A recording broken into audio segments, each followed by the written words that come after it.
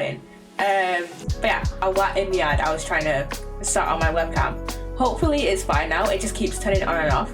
There are days where it's just like, there are days where it's like, hey, fuck you, I'm just gonna keep turning on and off for no reason. And then there's days where it's fine. So yeah, I don't know what's going on. Click the ads and made a few pennies. Why, thank you. So yeah, so today we are continuing a Forsaken turnabout. Hopefully I'll try and finish it today. We did manage to get through half of the case. Yeah, objection. But yeah, we did manage to get through half of the case on Friday in like an hour, in like just under 2 hours. And yeah, and then and I can stream longer for a little bit today, just because I'm not in uni until 9:30 tomorrow. Well, it's tutorials tomorrow, and I haven't booked one. Well, it's group tutorials, so I'm gonna probably message my friends like tomorrow to see like what time their tutorials are, and hopefully I can just like jump on and be like, hey, I'll be like, hey, are you guys doing the same topic I'm doing for one of the questions on the exam? So yeah, I mean, this is a little bit late, but yeah, but yeah. To be fair, our lecturer did tell us that like you can either do it in a group or individual tutorials. So yeah, this is not a great day for. It's never a great day when my webcam is just being like, hey, fuck you. So yeah. Yeah, I think I'll just get straight into it. Oh yeah. Before I get into it, so I was at work today because basically yesterday, usually I only work Saturdays, but my manager asked me yesterday, hey, it's gonna be busy tomorrow. Can you come in? No one else can come in now. And I was like, yeah, sure, whatever.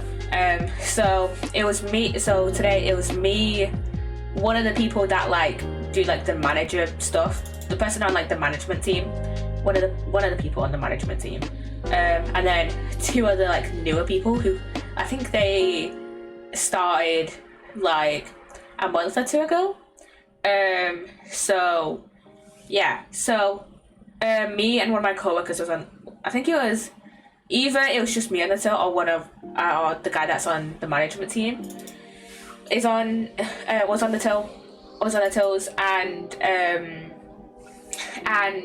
thinking I was just, like 7 people, and then my old guide leader comes up to my till, and for a second I'm like, do I recognize this person? And I'm like, oh shit, yeah, it's my old guide leader. For context, for a little bit of context for those who don't know, about before I started streaming, so like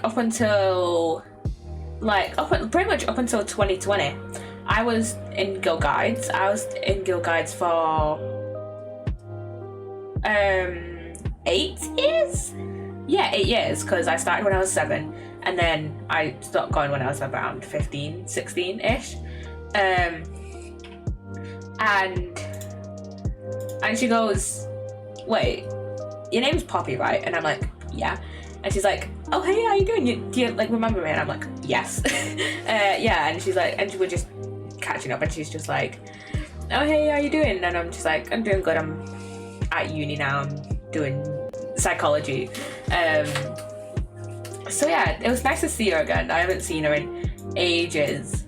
So yeah, and it's like, it's crazy because I remember a few months ago, I remember seeing one of my the guy that's on the management team. I remember seeing him actually serving, and like my other old guide leader, and this is getting fucking ridiculous. Oh my god. And yeah, which is crazy. So it's like, it wasn't like out of the blue that she would, like shop at the place I work at. But still, I was a bit frazzled at that moment because Black Friday weekend So yeah, I was just like slightly just like, okay, I need to get through every person, because it was like it was just a bit hectic, because it was just a crazy like afternoon, because it was Black Friday. It's gonna be Black Friday weekend. It's gonna be busy. Anyways, I want to get into it. Have I? Yes, I have. Okay. We have. We're gonna start to about Forsaken. Not start it. Get more into it. Okay. Investigating the storeroom. I don't remember where we left off. Oh yeah, I don't. Now I remember. So we were trying to figure out like where Kay was pushed, whether she was pushed over the, because basically last time we were like, oh, if she was pushed off the railing, she wouldn't survive that, because the building she would have fell off from has like 51 floors. Well, we thought it would be 50 floors, but now we find out there's another floor. There's a 51st floor. Bevan treats it like as the 50th floor, because it's like some sort of storeroom or some shit. So we all think that she was actually pushed into the storeroom.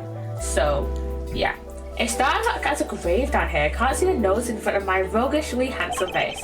Watch your step, Emma. Ouch! I hit my head on something. Make your way down slowly, Kay. I don't want you to slip. Yes, Mr. Edgeworth. That's gotta be a light switch somewhere. Ah, bingo! That was a bright flash. So the hidden 51st floor really is being used as a storeroom. We need to take a careful look over all of these items. Okay, wait. We need to... Alright, Mr. Edgeworth, you promised me an explanation. Oh, free. I did indeed. Where to even start? Okay, we're gonna tell Emma about what has happened so far. Wow, a lot's been happening, huh? What a case. It's not supposed to fill you with excitement, Emma. This is Emma we're talking about. She wants to be a forensic investigator. Like, you should know this. Seems like you've gotten yourself into a real pickle, Mr. Prosecutor Attorney. I'm not an attorney. Or a prosecutor anymore. Oh shit, because he gave his badge in. I forgot about that, he quit. Well, whatever you are, I think it's time for science to lead a helping hand. Don't worry, I brought my entire kit with me. Well, if you're sure. Are you kidding? I live for moments like this. Here, let's make this all official. Good working with you again, Mr. Edgeworth, and you, Miss Sky. And then there were 4. Right, everyone, let's get to work. I want to know where that elevator goes.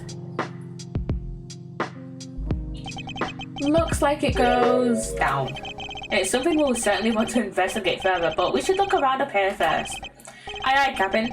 Let me know if you find anything juicy. I'll keep trying to see what I can remember. I'll let you know if anything comes to mind. Thank you, Kay. Emma? Ready, willing, and we're able to investigate, Miss Edgeworth?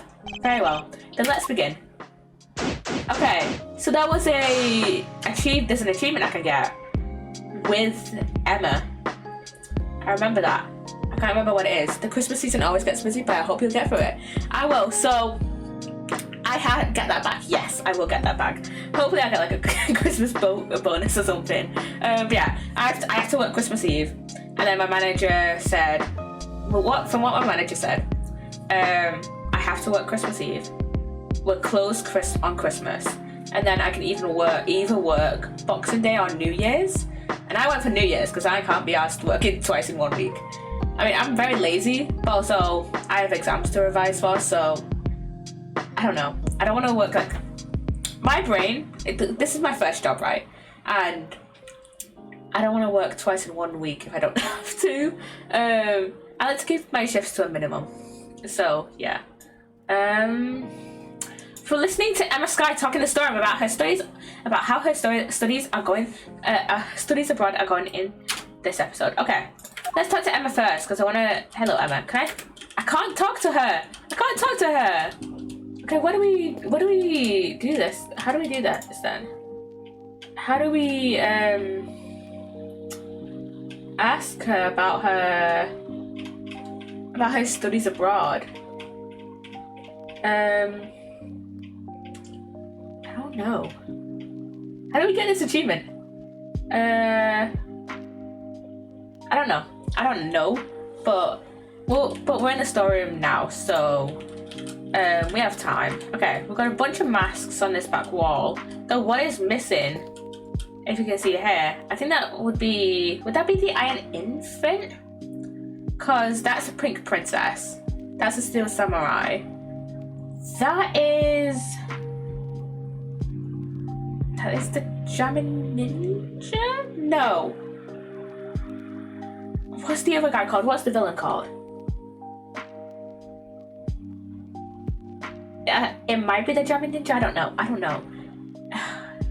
What is it? I don't know. And I've also got the 3 of the badges down here as well. Evil Magistrate. That's the one of the Evil Magistrate, I think. Actually, I think that one's Evil Magistrate. It's kind of creepy, all these masks lined up here in the dark. Not a fan of horror movies, I take it. No way, that stuff's so unscientific. I think you mispronounced terrifying. I must scour the scene and inspect anything that catches my attention. Okay, first, missing mask. Wait, do we have a mask? We do, we have the German Ninja mask. Let's examine that first. There's a selection of masks arranged on the rack here. There's even a Steel Samurai. And one impressively authentic likeness is too. The scientist in me is sensing something strange though. A lack of consistency, you know? In the sense that the characters represented here feel a little haphazard somehow. I don't disagree. There's even an empty space here. Yeah, just an empty hook right in the middle. Is somebody using that one perhaps? We have the German Ninja mask. We have it. Eureka! Kay was carrying a German Ninja mask when she was found. But it looks like it might have originally come from this hook. Scientifically speaking, that doesn't seem like a crazy hypothesis. Which would mean that Kay was really here. As she put it, no crazy hypothesis, but why? Did she come to steal something maybe? There's all kinds of stuff here. Because she's a great thief who steals the truth, I suppose. Now, I think it's too early to jump to any conclusions. Yeah, probably.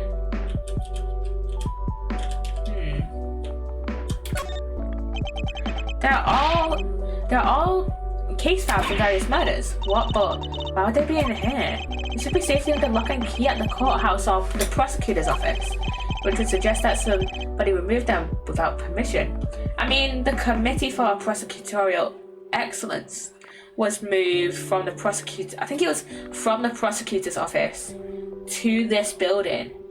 So in my mind, it makes some sense that there would be some case files here. Maybe case files of like maybe the last case files of like different prosecutors before they get fired. Something very suspicious is going on here. We need to find out more. But then again, why would they not be kept in the chamber of the Committee of Prosecutorial Evidence? Why would they be up here in this storeroom just in a random box in front of a bunch of, random masks? Should we examine all these? I don't know if they're relevant, so I'll leave them for now. Okay, we have a mannequin and some stuff. These are... What's the matter, Mr. Edgeworth? If I'm not mistaken, several of the items on display here are pieces of evidence from old cases of mine. But what are they doing here? Maybe this is where the committee stores stuff it's looking into? Can't be. Evidence like this is stored at the police department. They don't keep stuff at the prosecutor's office too. When a case is ongoing, yeah, but once the last trial has finished up, it's supposed to go right back to the precinct. Unless there's a very good reason for it to go elsewhere. And yet, here it all is. There's no point in trying to figure out what the why is right now. I should take a closer look at it all. They all have labels. Labels with numbers printed on them. Exhibit numbers, maybe? You said they were all pieces of evidence, right? Yeah, but judging by how the numbers are written, and by the items themselves, I guess these are prices. Why are they prices? Prices? I would never have guessed that. Wait, but none of this stuff could be worth that much money, could it? The prices are very high indeed. It's no wonder why she's surprised. I must examine all of these in detail. We've got the Iron Infant here. That's a cute little doll. It looks kind of like the Steel Samurai. It's actually the Iron Infant, son of the Steel Samurai and the Pink Princess. He was born burdened with the knowledge that he too would one day be called upon to fight for justice. I can't imagine the pressure that must have put Wonder whether most people could bear. Yeah, he's young, but you can sense it nonetheless. A certain tragic refinement. Edgeworth! Mr. Edgeworth, are you even listening to me? Nerd. Is that how I sound when I rant about Ninjago and Ace Attorney? Probably is. Of course. Then we've got this. Oh, isn't he a cutie? Look at this fluffy little guy. That's the stuffed animal we found at Gordon Lake. Oh shit, yeah. I forgot about that. He should be in the possession of the prosecutor in charge of that case. So how did he wind up here? Oh, but look, he's missing his left hand. He is, but he never had it in the first place. At least not as far as we ever saw. Defective merchandise, sir? Then we need to contact the manufacturer. I demand a recall. Then I come to think of it, why would anyone give the president a broken toy to begin with? Yeah, that is weird. Why would you give a present? Why would not give him the real one? So this storeroom is actually more of a stockroom?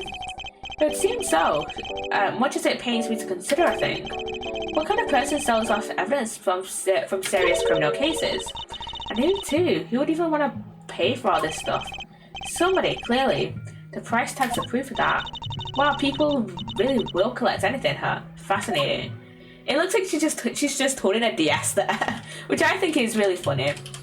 Because I think this game actually originally came out on a DS console. So, I really like that. That's odd, this is the only spot with nothing on it. But there was one of those signs in front of it. Indeed, and look, there's an outline in the dust on top of the cloth. I'd say something was probably sitting there until quite recently, wouldn't you? You know what, I think you might be right, but I'm drawing a blank trying to imagine what? Well, I might have an idea. A star-shaped outline. Do we have a piece of evidence that might well be connected? What do we have? I haven't looked over the evidence yet. Could this be related to the evidence somehow? Okay, star-shaped. Oh! The candelabra. The candelabra. But why would the candelabrum be in here? Because if all this evidence is related to our past cases, like, then shouldn't the candelabrum be from one of the past cases? Like, for example, Iron Infant, that was Turnabout Blaze. That one was from, I don't remember the name of it. What was it called? That was from Turnabout Trigger. And then that lantern, I don't remember what. The perfume, I remember it. I remember us using it at some point. Was it from, I think it might have been from the Captive Turnabout?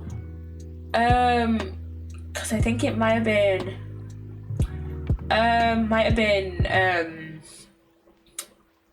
thinking the guard's perfume, but I don't remember whose perfume it was exactly.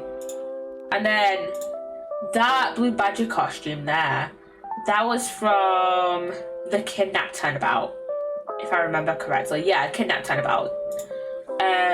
Yeah, and the first thing that actually was like made me suspicious that like some of our evidence was in here was actually when we first came into this room and we saw that huge statue face and the suitcase next to it.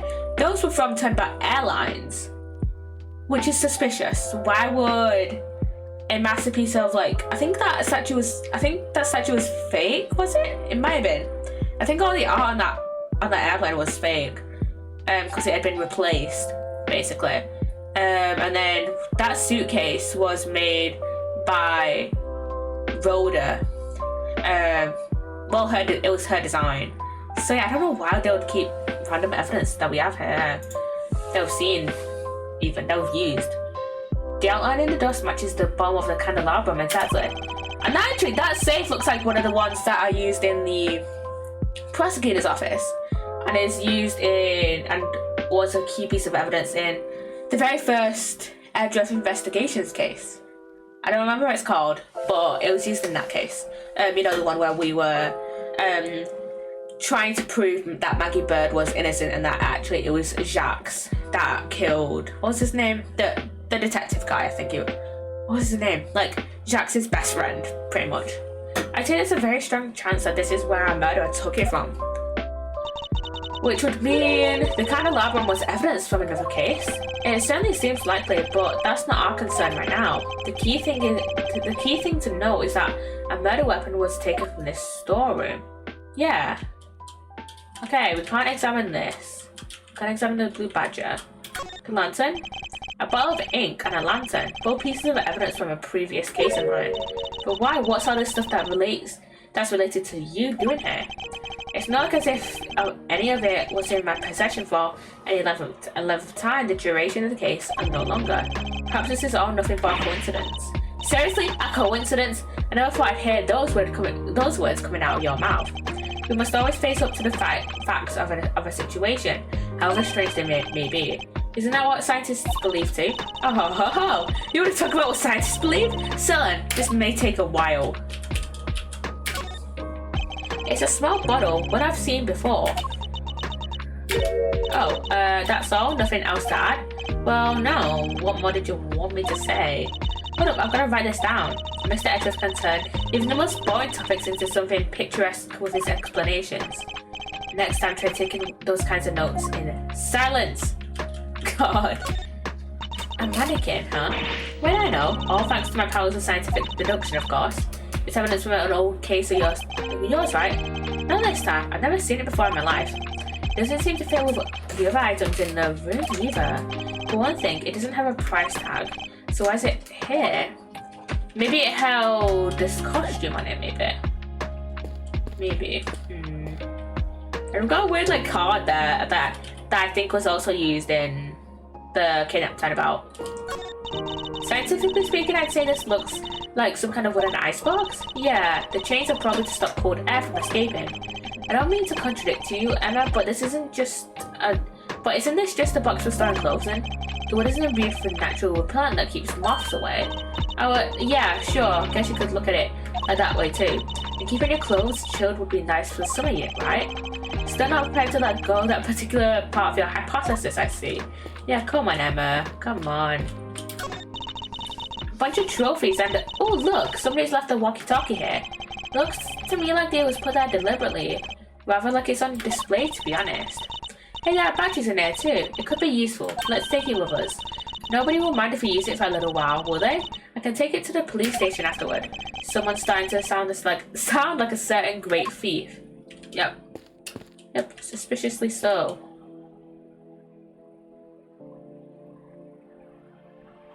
I'm sorry.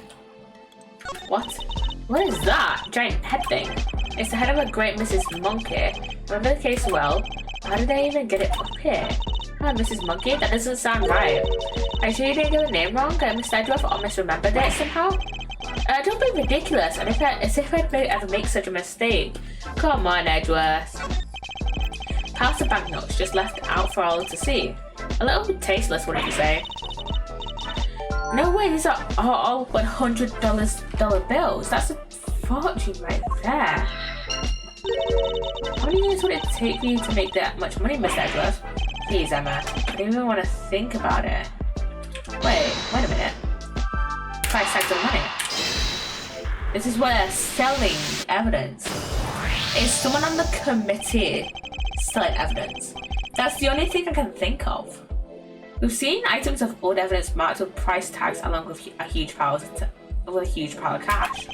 I think it's pretty clear that somebody has been running an illicit trade in judicial goods. Shady deals on a hidden 51st floor? This is big, it has to be, right? I think it might be, but we need to investigate a little further yet. We need to find out more about what's going on here. If only there was an eyewitness we could interview. An eyewitness, huh? Okay, we can't talk to Kay yet. We should just say the same stuff, and there's Edit. Wow, that's one heck of a desk. I wonder who it belonged to. There are 4 male figures acting as legs holding up the tablecloth in the center. It's hideously cringy. Never thought I'd see the day that Edgeworth says cringe. And it doesn't even look It doesn't even have the good decency to be calm enough to loop back around. Never thought I'd see the day where Edgeworth says camp either. Is this from one of your old cases too, Mr. Edgeworth? No, I can't think of anyone related to any of my investigations with such ostensive ostentatiously awful taste. At least I don't think there was. Not a certain artist who wanted this statue. What is it? Got some new data from you? Not exactly. It's just something from a case I worked on. A piece of evidence. I believe it's called the Alfred statue. And there were two of them, a real one and a fake. Whichever one this is, it shouldn't be here of all places. An old case, sir. Guess you have worked on a bunch of different... Huh? What the... Gotcha! Oh, it's Lotta. A cognac red-handed. Guiltier than a tomcat covered in cream. My eyes! Stop that at once! Ain't no stopping my snapping not until I got every dang detail and then some. Don't think I'm about to let a bunch of dirty criminals go before I get the shot. Think again. We're not criminals. Yeah, sure. Pull the other one. It's got bells on. This here camera's a weapon of justice. It ain't about to be hornswoggled by your cheap details. Oh, it's you. Huh? You're the low-down dirty jerk of a prosecutor, ain't ya? Who you calling a low-down dirty jerk? This is Lotta Haw, a photojournalist by trade. We've crossed paths on a few occasions, especially on that one particular case. Turn her out place. She's hard to forget, and even harder to get a word in edgewise. Quit making that face, will ya? That's the face of a no-good schemer if I ever saw one. Seems I didn't leave the best impression on her either. Well, it's payback time, Mr. Schemer. You ought to be thankful. All I want from you is a couple of pictures. But we're just here to investigate. Sure, yeah. If by investigate you mean pull the wool over Laura's mild, wide eyes. Sorry, Mr. Edgeworth. I thought you might listen to me. It didn't hurt to try, I guess, but we're probably better off leaving her alone for now. Come on, Lotta. Come on, Lotta. You're not here to steal shit. Why exactly are you here, Miss Hart? Me? I told you, I'm in it for the truth, for the good of society, and for little old me, of course. I'm a photographer for the people. For the people? If you won't tell me the real reason you're here, perhaps I can hazard a guess. Somebody was carrying out an illicit police evidence trafficking scheme here in the storeroom. Oh, so she's after a juicy story. Makes sense. How'd you figure that out? Because it means I don't have to tippy-toe around it anymore now. Oh, one of my sources told me on the down low about an underground auction. What? So the items here were sold to the highest bidder. Folks were slinging money around like it was going out of fashion. Had to come see for myself, of course. Got my eyes on the subject, you know. Should have heard the tales my contact was telling. Told them two trees or so I thought at first. Anyhow, wasn't about to write it up based on hearsay alone. So yesterday I snuck in, slunk behind this statue, and settled in wait. Then it started late at night and carried right on through to break of dawn. So the auction and the murder happened on the same night. Coincidence? There are details in the secret storeroom. Talk about a story. Was there anything else on sale apart from the items of evidence in this room? Sure, there was regular old stuff too. Shady artworks from who knows where, that kind of thing. In what way are shady artworks regular exactly? But the evidence was the big draw for sure. Reckon they were selling them faster than the crooks. Crooks could smuggle them out of the police and prosecutor shops from the cop and prosecutor shops. Now I bet you got pictures of the whole thing, right, Miss Hart? Well, you see, the main event was down below. I had to try and see what I could. Try and see what I could from up here. Being up here since yesterday, I assume you witnessed the entire auction from start to finish. Then it was an underground affair, like I said, so folks weren't exactly giving much away. Wait, below? So they were doing it in the committee? In the committee chamber? All them customers came down from one at a time from up on the roof there. Oh, it was down here. It was in here. Throwing masks just as soon as they got down the ladder, and that ain't all. They had voice changer doodads on them, see. Teeny tiny ones thinking that there are bugs behind. I'm just gonna check this Discord pic really quickly.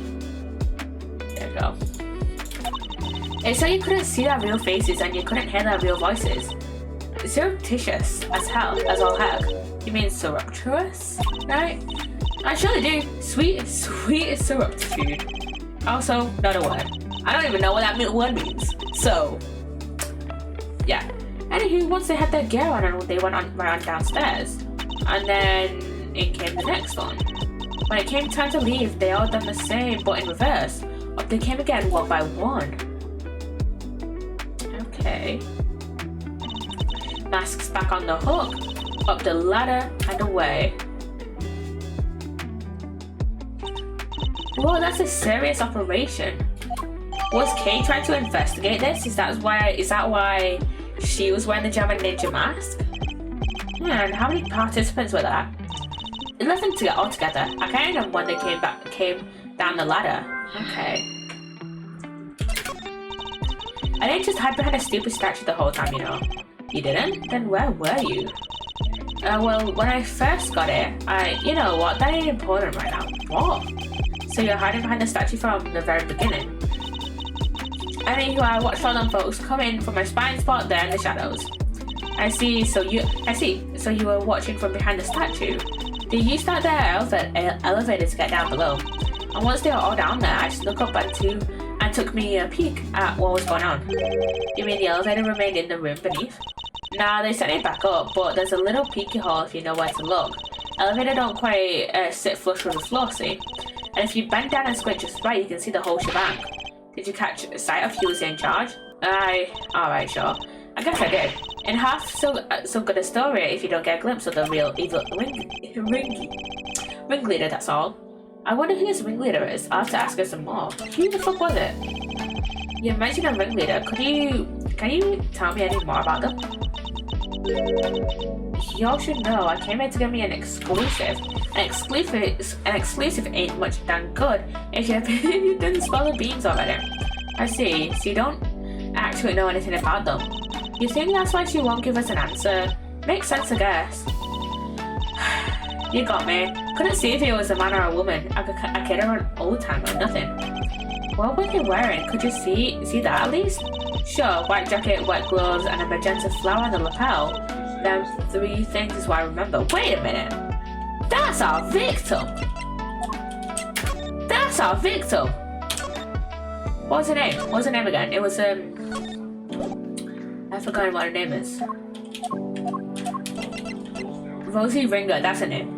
And I always think that she just looks like an older version of Mia Fey. Like the similarities between Rosie and Mia are like uncanny. Like I think this is other than like the siblings of the parents. This is like the most that 2 like unrelated Ace Attorney characters have looked to each other, I think. Like, what good's a description of the outfit if I don't got a clue who was wearing it? So this ringleader disguised their identity too, just like everybody else. Yeah, sorry, mask for a stranger, the whole 9 yards. They were wearing one of the masks. Which one? Let me see. Oh yeah, this guy, Zervan. Zervan? What kind of name is that? Seriously, Mr. Andrew, you never heard of Zervan? He's global hero Onian Kupon's arch nemesis. Who hasn't heard of Zervan the Time Lord? I think you might be better off asking who has. So you didn't get a glimpse of their face at all? No, dang well didn't. Which kind of scotches my scoop. This whole mess has been nothing but a snipe hunt. I should have never come. No, not actually. What's that? Hey, we know of somebody who was dressed like that. Maybe I should try and show in that evidence to Miss Hart. Okay, let's present the coroner's findings. She said that the ringleader was wearing a white jacket, white gloves, and a magenta flower, correct? Sure, they don't ask me why they were dressed up like a peacock on parade day, but they was. Is this the outfit you saw? Well, holy smokes, it sure as heck is. So she's now, like, slightly, like, not necessarily a witness to a murder, but, like, related to the murder in a way. Because she saw the victim before she died. But wait, so the big cheese is dead. So we all know all we know is that she is the victim in the case we're investigating. Her name was Rosie Ringer. Do you know her? Nope. So the ringleader was a lady? Well, ain't that just a slippery and danged eater? slippery and a danged eel. Throw me off with a man's jacket like that. How do they think she did it to fool you specifically? But setting that aside for now, what's important is that we've discovered something vital to our case. Namely that the underground auction was chaired by none other than our victim. So somebody done bumped off the boss, huh? Then that's what was happening. But what was happening? Oh, nothing at all. Y'all just going about your business for now. No offense, Miss Hart, but that made you sound about 5 times more suspicious. Suspicious my fault. I told y'all it's nothing. And you will be getting nothing more out of me than that. Wait, so there is more? How many damn times do I gotta tell you? It ain't nothing, okay? And I ain't saying nothing either way. Oh, you can tell us just a little bit more, pretty please? I'll tell you this, okay? I'm a journalist and a scoop hunter, you hear? Exclusive articles go out, money comes in, that's how the game is played. Tell you more? Heck, I done told you all too much already. Wait, what if I examine some fingerprints for you? Pro bono. What kind of cockamamie thank you is that? I'm gonna get tooth pulled. You want intel, you gotta dig it up yourselves, just like I had to. Okay, I guess she isn't going to talk to either of us. Oh, she will. I'll handle things from here, Emma. There's a certain technique I find useful when dealing with difficult customers, such as her. She may not give up the information voluntarily, but that doesn't mean she can't be persuaded to. Logic chess, logic chess, logic chess. Come on. Yes! Let's start by observing our opponent. I ain't telling you nothing, y'all nothing, yeah? Now quit wasting my time before I really blow a fuse. I was just seeing her, she's very quick-tempered. She'll try to cut the conversation dead wherever possible. I won't have much time to think, so I need to be swift and decisive. Miss Hart is definitely hiding something from me, so my first move is to discover what that something is. Let's go! Let's talk about this reasonably. I can see you're a little agitated, Miss Hart. Let's just calm down and talk reasonably. I'm calm, thank you. These ways I will be just as soon as y'all quit yanking my damn chain. By that time. That's better. Being new sounds all about keeping a cool head no matter what the world throws at you. Speaking of news hounds, this might interest you. I met one a few days ago. She's a very hungry young reporter indeed. A reporter with a very particular turn of phrase, similar to your own, in fact. Oh yeah, she spoke like me, huh? Guess that could have been someone I know. She was your apprentice. But who are we talking about again? Her name is Tammy Lloyd. Oh shit, yeah, Tammy Lloyd. I forgot about Tammy. And if I had closed my eyes, I could have believed I was listening to you. She told me about somebody she called the Chief. She was talking about you, wasn't she? Oh, so y'all met Tammy, yeah? Well, ain't that something? Why did y'all bump into her? She's a great kid, reckon. Wait, oh no you don't. You ain't getting it on my good side bringing her into this, you sneaky snake. You nearly had me too. Interesting. Talk about Miss Lloyd seemed to make her lower her guard a bit. I think we can use that to our advantage. Tell me what you know. I need you to tell me everything you know. And don't you dare leave anything out. Go jump in a creek, you big bully. Why should I tell you anything? You don't got nothing to do with me. Nor me with you, neither. Tempted to blind my cue. I know your apprentice well. I don't have anything to do with you. And well, that's a little unkind, don't you think? After all, I know your apprentice. I know her pretty well, in fact. Yeah, well, guess it does seem kind of cool to me to say that if you don't know her pretty good. Wouldn't want the poor kid thinking I don't give her rats behind. Good, then you'll tell us what you know? Fine. See it's like this. Wait, what am I thinking? Don't get Lotta, you can't let him bamboozle you that easy. What was that about a screw? Forget it. It was nothing. Yeah, you have a scoop of some kind? How embarrassing. A professional journalist making a careless slip of the tongue. You have a scoop? Now tell me what it is. Alright, I got me a little scoop, a big one. But I can't just go blabbing about it to y'all. I got bills to pay. She may be hiding something very important. I have to get it out of her somehow. We need to know the details of this scoop. Ooh. She's quick to anger, but she's also quick to let key information slip. Now that we know that, the rest shouldn't be too hard. Let's see what we can get out of her. Is this related to the auction? This scoop of yours, does it have something to do with the auction? You know what? I clean forget.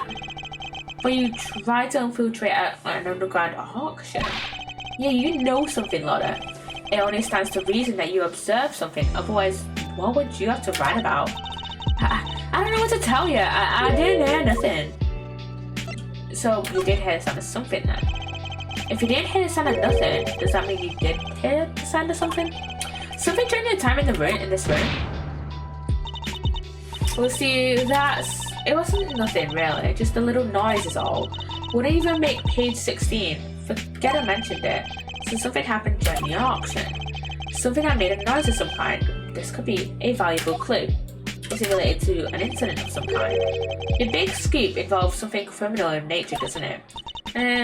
Might be it did, might be it didn't. Which is it? This is important. Alright. You don't gotta holler at me like that. I ain't done nothing shameful or nothing. Just snuck in and did some undercover reporting. By that time.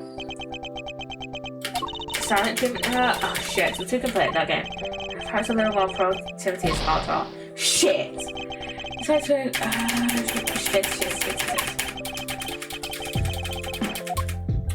It's related to an incident. Your speaking is the problem. I'll be the judge of whether your actions were shameful or not. An unlawful entry into a private property is very shameful indeed. In fact, it's a crime. Hey, you did the exact same thing, genius. Oh boy, I guess you're a prosecutor, huh? You're allowed to do stuff like that. Let's not mention the fact that I handed in my badge, shall we? We have Eddie. You can use him as a scapegoat, surely, right? Still, it don't amount to a whole lot of beans, right? There's folks out there who have done way worse. Murder for one, next to murder, trespass ain't hardly nothing. So you speak about a murder. From your money about murder just now, I gather that your scoop has something to do with a homicide. And I was just talking all hypothetical like, you know, about murder being the big one and all, ain't nothing worse. About the murder, not the most skillful evasion I've had in my career. Like I done told you, okay? I snuck into the auction, I'll cop to that. But murder, I don't know nothing about no murder. Ain't seen nothing and heard nothing. Scouts on it. Time to deploy. Clue. But you did hear something, didn't you? The time bomb being that low is making me anxious. You told me you heard something during the auction. It clearly wasn't important, but it must have been. Otherwise, why remember it? I think it was something very memorable indeed. In fact, I believe it was the cry of a murder victim. Come on, Lotta. How do you keep doing that? Oh, right, it's true. I wound up smack dab in the middle of a murder scene, but only by accident, so she's a witness. And that's all you're getting out of me. Wouldn't be no scoop left otherwise. The murder mishap witnessed. It must be the same matter we ourselves have been investigating. That should prove to be a very, very valuable piece of information indeed. Perhaps we should finish up by confirming the credibility of her claim. Yes, thank fuck. I have run in the back foot now. Time to finish this. Were you really in the middle of the scene? He said you wound up in the middle of a murder scene. Is that really true? Call me a liar now! Ooh, we now mad, real mad. By the time. I'm a journalist. How am I gonna sell stories if folks can't trust I'm telling the truth? I've gotta be a motto, you know. Faster than anybody, honester than everybody. A motto, huh? That could be an important clue. I should bear in mind. Tell me more about the incident. I need you to describe the murder in detail. It's vitally important. Wish I could help y'all, but I don't rightly recall a whole bunch. Ain't much I can tell you, sorry. I mean, look at me. Can't even get my facts straight half the time. Time to deploy. Clue. I thought you are honester than everybody. Can't imagine that being so vague on the facts is a trait valued among journalists. Surely accuracy and honesty are what's needed when reporting on a story. Well, see? It seems your so-called information is not credible after all. Look, there was a murder and I was there. I can't even prove it. You can prove it, can you? You can prove it, can you? How? I've got it right. Wait, you heard that? I was just talking to myself. Don't think nothing of it. She's still hiding something. This is a very vital clue. I need to use it to its maximum effect. There's something you're still not telling us though, Lotta. Be honest, Miss Hart. I know there's something you're still not telling me. Anything left to tell, dang it. I done spilled my guts already. Time to deploy my clue. You're definitely still hiding something.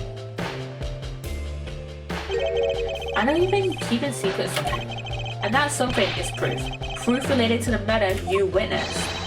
Proof sound enough to form the basis of a story you're hoping to tell. Yes! We did it! Woohoo! Then get out to heck. Give me a break, will ya? I'll come clean, okay? That's what you want, right? Hey, I've done snapped me a photo.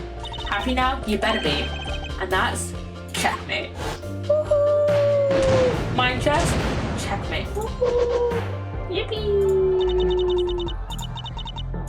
How am I gonna let that happen? Betrayed by my own big mouth. Yeah, well, you should have learned from now from, what was it?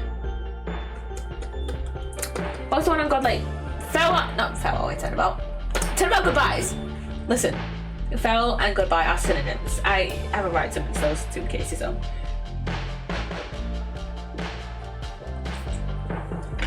Well, it happened. So time to tell us everything. I saw the whole thing. Watched that auction from start to finish. But you didn't just watch it, right? Took pictures too. Yeah, about that. So like I said, I was spying on the whole thing right from the get-go. There was all showing out bears and somebody wins something and then bam, down comes the hammer. Head on upstairs and pay, shouts the old ringleader and the whole thing starts over again. Anyhow, as soon as that happened, I had to think quick. That's when I ran behind that statue and hid. And who was it that eventually appeared? I didn't see nothing, but I heard something that made me pretty sure it was whoever placed the winning bid. The sweet, sweet sound of cold, hard cash. I'm not sure I have any idea what that sounds like. The sound of somebody counting bills, perhaps? Anyhow, the deal was you settled your bills up here. I heard two people yabbering for a little while. Wait, so two people came up on the elevator? You betcha. My guess is that the other one was our friend the ringleader. Anyway, yabba, yabba, yabba, on it goes for a little while then. Ah, scream! Well, that shook me up pretty good, so I hunkered down in my hiding place and tried to stay out of sight. So you didn't see the moment of the murder? Nah, but I heard it real good. You didn't try and help whoever was being attacked? Quit trying to be funny, girlie. It don't suit, you know. I'm just a dainty little journalist all on her lonesome. You think I was fixing to jump in and save the day? Lotta, you could have prevented a murder. Like, what the fuck? I'm sorry, you could have prevented a murder. Like, what is wrong with her? Oh my god. I'll be a second.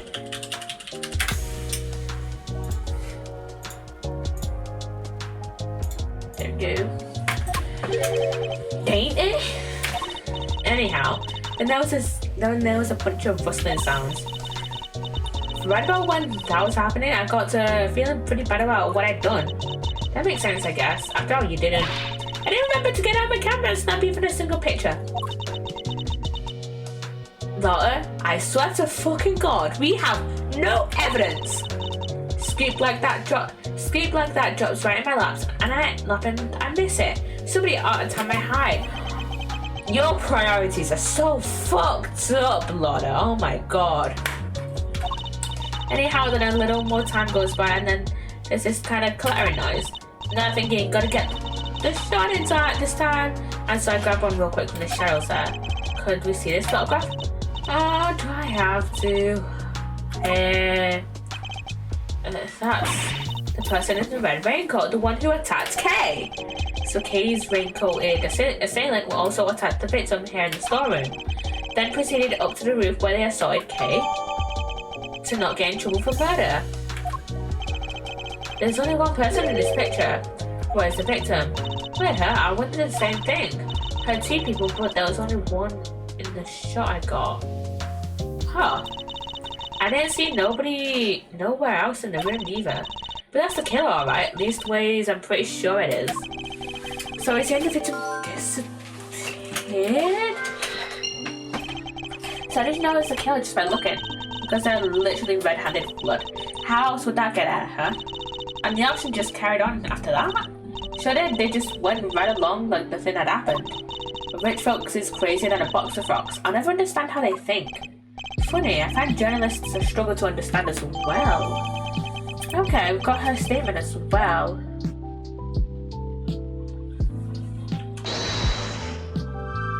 We've got this and this we can connect. We've got this budget.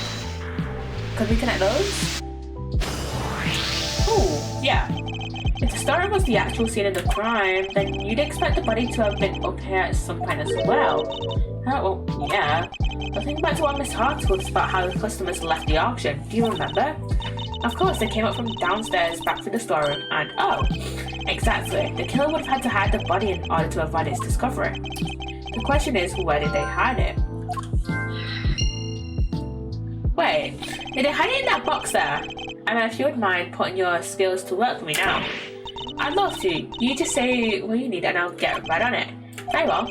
Then I'd like you to check for blood residue. A luminol test, in other words. Sure thing. Prepared to witness the power of science. I've never seen somebody's eyes actually sparkle with anticipation before. Alright, how about we test the ladder over there first? Based on Miss Hart's picture, I'd say the person in the red raincoat was about to climb in and make that escape. Which means there's a high chance of positive result. Since it's an area, display press space. That'll spray a little luminol on it. Okay. And if I happen to land on some blood, you'll see it react like this. It still feels like it still feels super raw to see it. It just appear like that. Anyway, that's a positive. But it's still faint. Spraying it a couple more times should be enough to really make it stand out. Okay. Yeah, that brought it out nicely. I made it feel like much more real. Anyway, I think you got the gist of how to look for blood traces now, right? I'm sure there's still some more to be found. So why don't we give it a try? Okay, sure. Okay, none on that side. There's one up there. Oh, we've got two up there. We've got two. My nose is so itchy. Fuck's sake. And that's how it's done. Take a good look around and see if you can find some other places to test with the luminol. Well, I'm going to check this because I feel like this is where Ringer's body was held. I'm going to test that. Just spare some luminol on any place suspicious. Okay. Wait, there's blood there. Mixed with blood. But how could he have gone on there? Maybe somebody put something with blood on it in there. And in 5 minutes, by the way. There are still places we haven't tested yet. Let's see what else we can find. I guess maybe the lift? Oh, let Eddie and Kay out of the lift. Well, Eddie was in the lift, but yeah, Eddie and Kay moved away from the lift now. You want to test that? Yes. Just spray some luminol on any place suspicious. Oh, there's blood down here. Okay, the body was dragged out of the lift then. We've got positive, there's blood here. But how come? Probably because this is where the murder was actually committed, I'd say. Oh, looks like somebody might trip through to the floor below too. Ooh. So, should we go down then? I think that's all the blood there is to be found. Alright, then that concludes this phase of our investigation. Okay. Do we have hidden body and clothes box blood? Yeah, it was hidden in the clothes box. Blood in the clothes box can only mean one thing. That is where the body was hidden. I'm certain of it. I wonder who won the box in the auction. I haven't the foggiest. Still, it's a very helpful discovery. Imagine if it was the victim that won the clothes box. That would be so ironic. But you just told your horses that there's no way the body could have been in there. What do you mean? I took a look at that box when I first got in here. It looked to be just about the perfect size for a little hide and go seek if the need arose, and maybe it would have been if I could have opened it. But it was wrapped in chains and locked up tight, and I ain't no escape apologist. The murder happened just a little after I scoped it out, so can't nobody have put nobody in there. Wrapped in chains and locked up tight, you say? That's odd, because it doesn't look to be wrapped in chains any longer. Oh well, sat my head and call me silly. Could have sworn it was. Though. Okay, that's weird then. if it was thingy all locked up, then I think we've examined all we can for now, unless it was the person who could unlock it. Great, time to see what's waiting below. Shaking it like already, are we, Miles? Okie dokie. Hey, K-Meister. Yes, Mr. Fender? We're about ready to move out, so I want you to stick with me, okay? Can't have you getting lost. Of course, I'll be sure to stay close. When did those two start getting along so well? Okay, they're all going down, and I'm guessing we're going to be going down to the 50th floor, which is the chamber for the committee. And here we are, the chamber for the Committee of Prosecutorial Evidence. Excellence. And there's Gumshoe and Eustace. Uh-oh. Mr. Edgeworth. Okay. So it's just Eustace and Gumshoe then. Where's Verity then? This room. This is the auction room. No, this is the committee chamber. Wait to drop right into my lap, K. Faraday. You've got real guts, I'll give you that. Arrest her, men. Arrest her right now. Wait, but she's... As for the rest of the riffraff, throw them out onto the streets where they belong. Fuck you. Fuck you. This is going way overboard. Yeah, what she said. Miles, this isn't looking good, I gotta say. Wait, can't Eddie just say, hey, I'm the defense attorney for K. Faraday. Can I investigate? Stayed here a while, but gonna get to bed now. Alright, good night, Butts, good night. But yeah, can't Eddie just say, hey, I'm the defense attorney for K. Faraday. Let me investigate. Can't he just say that? See how the blinding light of justice shines on me. Thank fuck for Francisca. Love her. What did I do? You'll have to forgive me. I meant to hit a certain cowardly ex-prosecutor. You weren't aiming for him, you were aiming straight at me. Something keeps getting in my way. Something...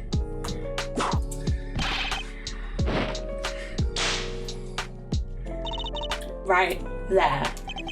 Francisca. So, what are you doing here, Mr. Ex-Prosecutor? I still believe Kay to be innocent.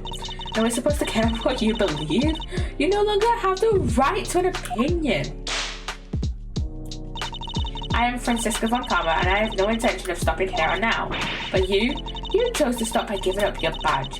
And so, our game has already come to an end. My badge was an obstacle to proceeding along with the road I've chosen. I haven't stopped, I've simply cleared the way ahead. And now I'm free to follow that road, all the way to the truth. I didn't start in C, by the way. So don't you think for a second that my conviction has changed? I'm every bit as dedicated as I ever was. You seem to think you know what lies at the end of this road to the truth. And in that case, I demand that you show me. I'll explain my current theory first. And if your road fails to lead anywhere, my whip will happily guide it. Okay, we've got a testimony from Francisca. The victim used her keycard and entered this chamber with her killer. She was then stabbed with the candelabrum by the culprit and subsequently died as a result. We know the identity of the murderer thanks to the letters she exchanged with the victim. And we know the location of the murderer is here in the committee's trial chamber. The blood on the floor of this room proves my theory. Game, set, and match. Miles Edgeworth, QED. She seems pretty confident, huh? And then there's the ad. I'm gonna wait until the ad finishes before we carry on.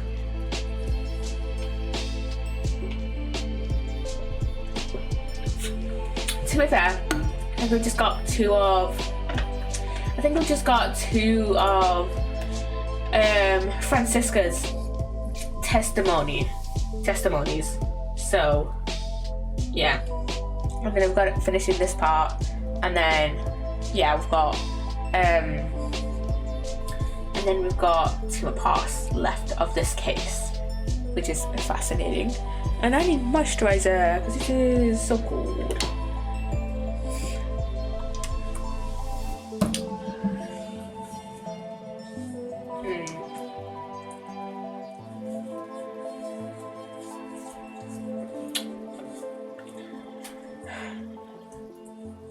don't know what to talk about. I never know what to talk about this. Let me look at the evidence actually. Well, after I finish putting my choice on, I'm gonna look at the evidence quickly. Before I finish, or before the ad finishes even. To see what we have. Let's see. So we have Kate's Yatagarazu pin, and we no longer have our prosecutor's badge. I think this is slightly more symbolic than like people would realize, because the Yatagarazu pin is in the slot where Miles' prosecutor badge would be, and I think this kind of resembles Miles' like kind of path to now finding the truth rather than like winning, and how he's just kind of done with the current like culture within the prosecutor's office of being like, I want to win at all costs, you know. And like this kind of changes in Prosecutor's Gambit, in Apollo Justice, because Clavier Gavin was like a pretty chill guy. He was like, oh yeah, I'll help you find the truth. And then Blackwell also was like, I want to find the truth. And then Nayuda, he was kind of being manipulated by Goran in a way. Goran was like, oh, I want to win, to shove it in Apollo's face and get him arrested. Yeah. And then we've got the German Ninja mask that we've already used. We've got the letter addressed to K, the ticket stub for K's ticket stub, and welcome back from the ad. We're just going through the evidence. And then we've got the magenta flower that was on Ringer's clothes. We've got the big building pamphlet.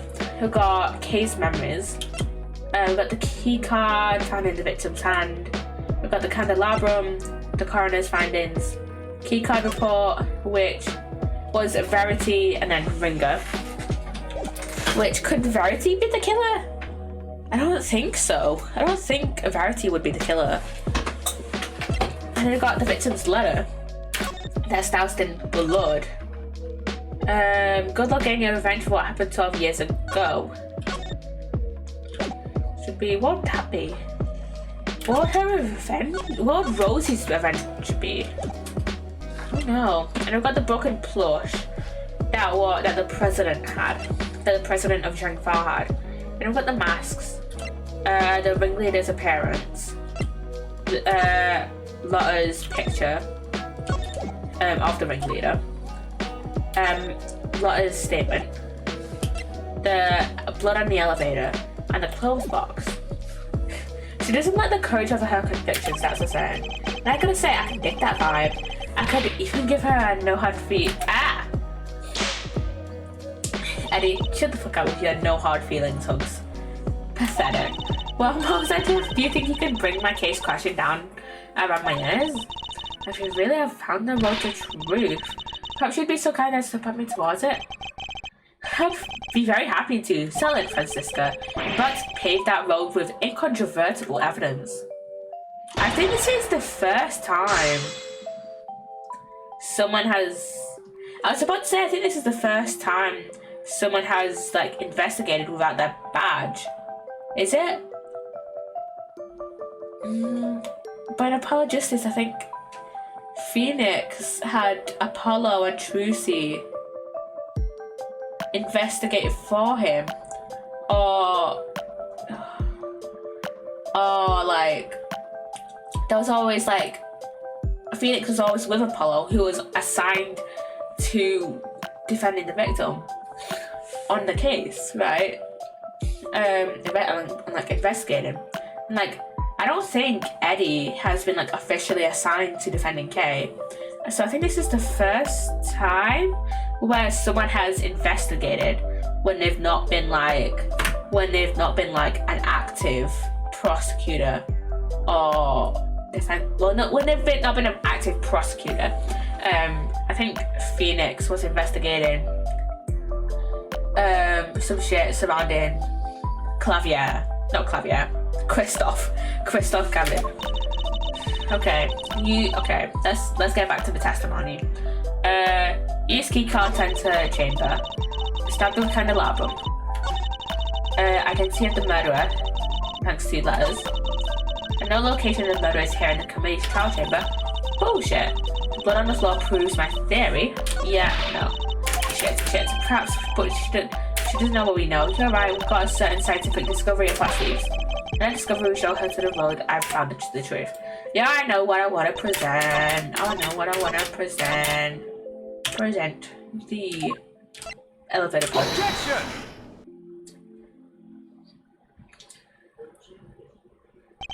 If I remember correctly, the blood discovered in this room was located at the foot of the goddess of the Justice statue. Murder under the gaze of the divine, a brazen act even for a cold-blooded killer. Except that may not be true at all. Take a look at this if you would. It's a blood stain we discovered in the storeroom directly above the committee chamber. As you can see, the blood we found looks to have dripped through to the room below, and the elevator it dripped down from descends directly to the foot of the statue. Ah, you noticed? Then you will agree that the murder cannot in fact have happened in this room. I put it to you that the victim was killed in the room above, and only afterward was she moved down here. The goddess of justice did not witness the murder. She witnessed the killer trying to cover their tracks. Why is she smiling? Sorry, but I was just thinking back to a very similar situation. Well done, Miles Edgeworth. You've proven yourself to even be even more foolish than I thought. Miss Edgeworth is anything but a fool, sir, and you know it. Youch. What do you mean? Have you forgotten the picture you just showed me? Or are you really that airheaded? Even a cursory glance shows that there was far more blood here in the committee chamber than upstairs. Whipped and ignored again. Wish I could get some too. You're trying to tell me that all that blood dripped down from above, Miles Edgeworth? If it had, your storeroom stay would need to be 10 times as big. I said it might have happened down here. There's no way it could have happened anywhere else. Then how do you explain the blood that's next to the elevator in the storeroom, Francisca? As insightful as ever, Francisca. But you've played right into my hands. How so? You're correct. There's far less blood upstairs than one would expect. The question is, why? A trifling detail in the face of my previous explanation. Alas, your explanation doesn't account for why there was blood in the storeroom in the first place. Sure you don't think some spider managed to shoot itself all the way up there, do you? Well, like some crazy fan of blood, no way. He is so gullible, oh my god. No, indeed. It's completely impossible. So how about this? What if this explains the difference in the amounts of blood observed? There was far more blood in the committee chamber than in the storeroom above, because the weapon was removed here? Question mark. The victim died of 3 stab wounds. Oh yeah, because the candelabrum was found here, and even though it had a spot in the storeroom, the victim died of 3 stab wounds. Wounds that would have bled profusely. Exactly, as proven by the amount of blood we found on the floor of this room. But that doesn't make any sense. Now if she was stabbed in the storeroom, you said there wasn't much blood up there already.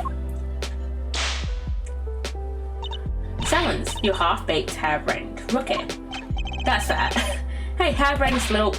I mean, to be fair though, it's fair in the overall context of his character, but like, not fair in that specific moment because he was just asking a question. So yeah. Francisca, stop being so harsh to Eustace.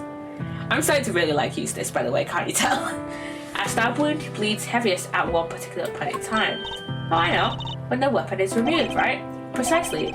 I believe the body was brought down to the committee chamber with the candelabrum still in its chest. And then when it was finally removed, it created the difference in the amount of blood we see between the 2 locations.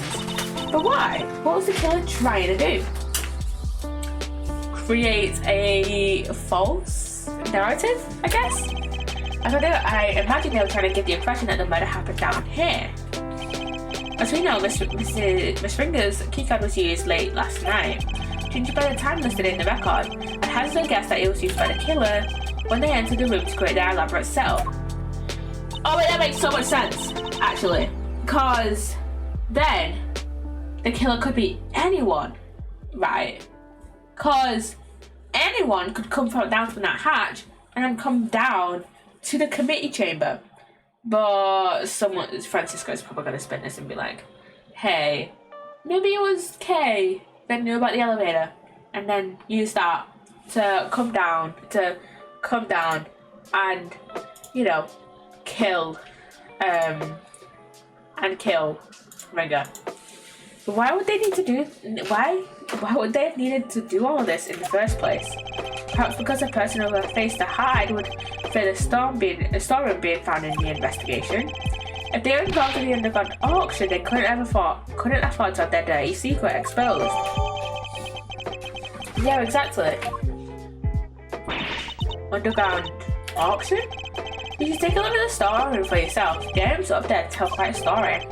One that should explain more than explain what was going on here last night. It's almost endearing, Miles Edgeworth. How desperately you want to protect your friend. There's something just beneath the surface this case. Something bigger than all of us. And Kay's only crime was to have the bad fortune to fall right in the middle of it. That's quite the hyperbolic claim, Mr. Miles Edgeworth. Hyperbolic? Me? Surely you're the one making a mountain out of my perfectly reasonable motive? You're working with Interpol on international cases. So why are you investigating a domestic murder?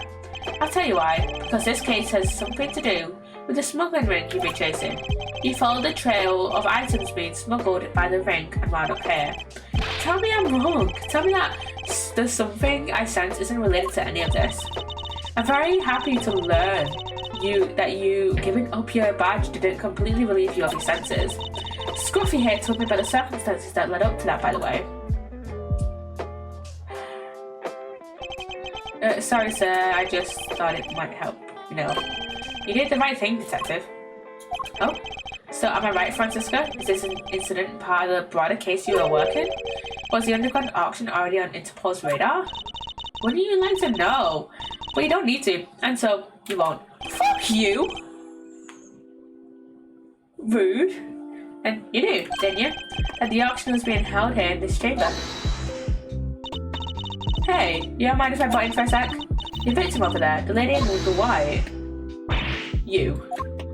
Hey, let go finish, will ya? No good pinning the you know what. Oh wait, is this the first? I think this is the first time that this might be. Oh, like no, this isn't the first time. This is like the second time that Laura and Francisco are meeting, which is so funny to me because I love how their personalities just clash together. But this leopard sure ain't changed her spots. Your testimony is not required, and neither is your presence. No, it totally is! She witnessed the murder! What do you mean I'm a journalist? You can't. You're a liar is what you are. You lied under an oath that one time. No, fuck you! Fuck you! She may have, but every single witness does that! Every single person! Seems like the strong calmness none too fond of Miss Hart, huh? I don't think she's her biggest fan, though. Was she called Ringer, right? She's a member of this here committee? Well, she's dressed exactly like the ringleader of their secret auction. Stop it. Stop whipping me, dang it. What's the meaning of this interruption? Miles Edgeworth, explain. Miss Hart here helped us out by describing how the auctioneer was dressed. And it seems they were wearing the exact same outfit as the victim, Miss Rosie Ringer. But that would mean that the victim was also the ringleader. Now, how about we just calm down, sir? It seems I have some new information to consider. It's true that I came here to investigate the underground auction and to arrest its head of operations, the auctioneer. But if Miss Hart is to be believed, the ringleader is dead. I guess that means your journey here today was wasted. I suppose it does. Nonetheless, I, Francisco Von Karma, refuse to leave empty-handed. Time for a rematch, Miles Edgeworth. Fine by me. But you may find that your whip will go sorely underused this round. Or overused. Or overused, knowing her.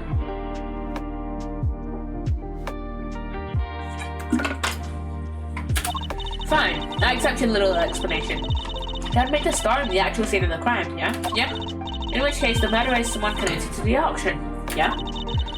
And if the photographer is to be believed, the victim was the auctioneer and the culprit was an attendee. The killer lay in wait for the victim in the storeroom where the exchange of illicit goods was to take place. Then they stabbed the victim in the chest with a piece of merchandise, the candelabrum. There, does that help sum it up? Because I wouldn't be accepting rebuttals. Nah, we're doing a fucking rebuttal, and you can't change my mind. I'm afraid you might have to. There's a serious hole in your testimony. So it is. I didn't spot any. I think you're the one in charge here, Mr. Edgeworth. Alright then, time to fight back. You have to win this for us. I will. Time to take Francisca's testimony to task. Let's see. Which one did he notice? I think it might be the 4th one, maybe?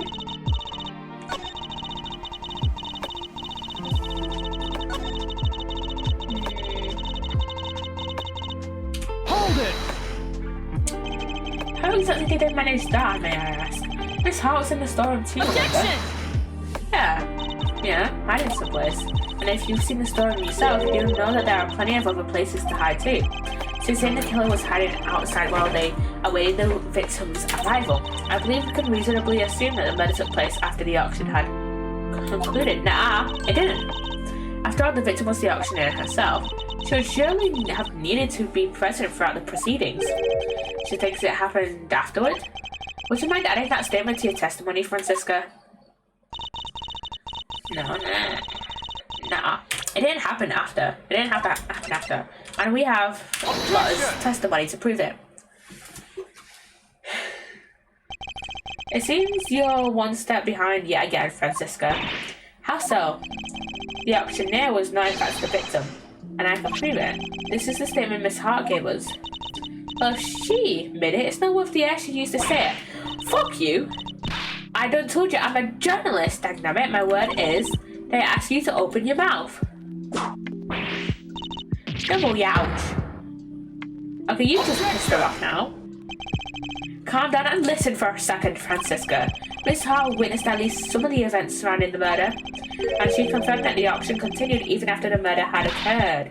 You bet it did, went right on like nothing had happened at all. How'd that have been possible without an auctioneer? It wouldn't. So you see, the victim couldn't have been the auctioneer. She was one of the attendees.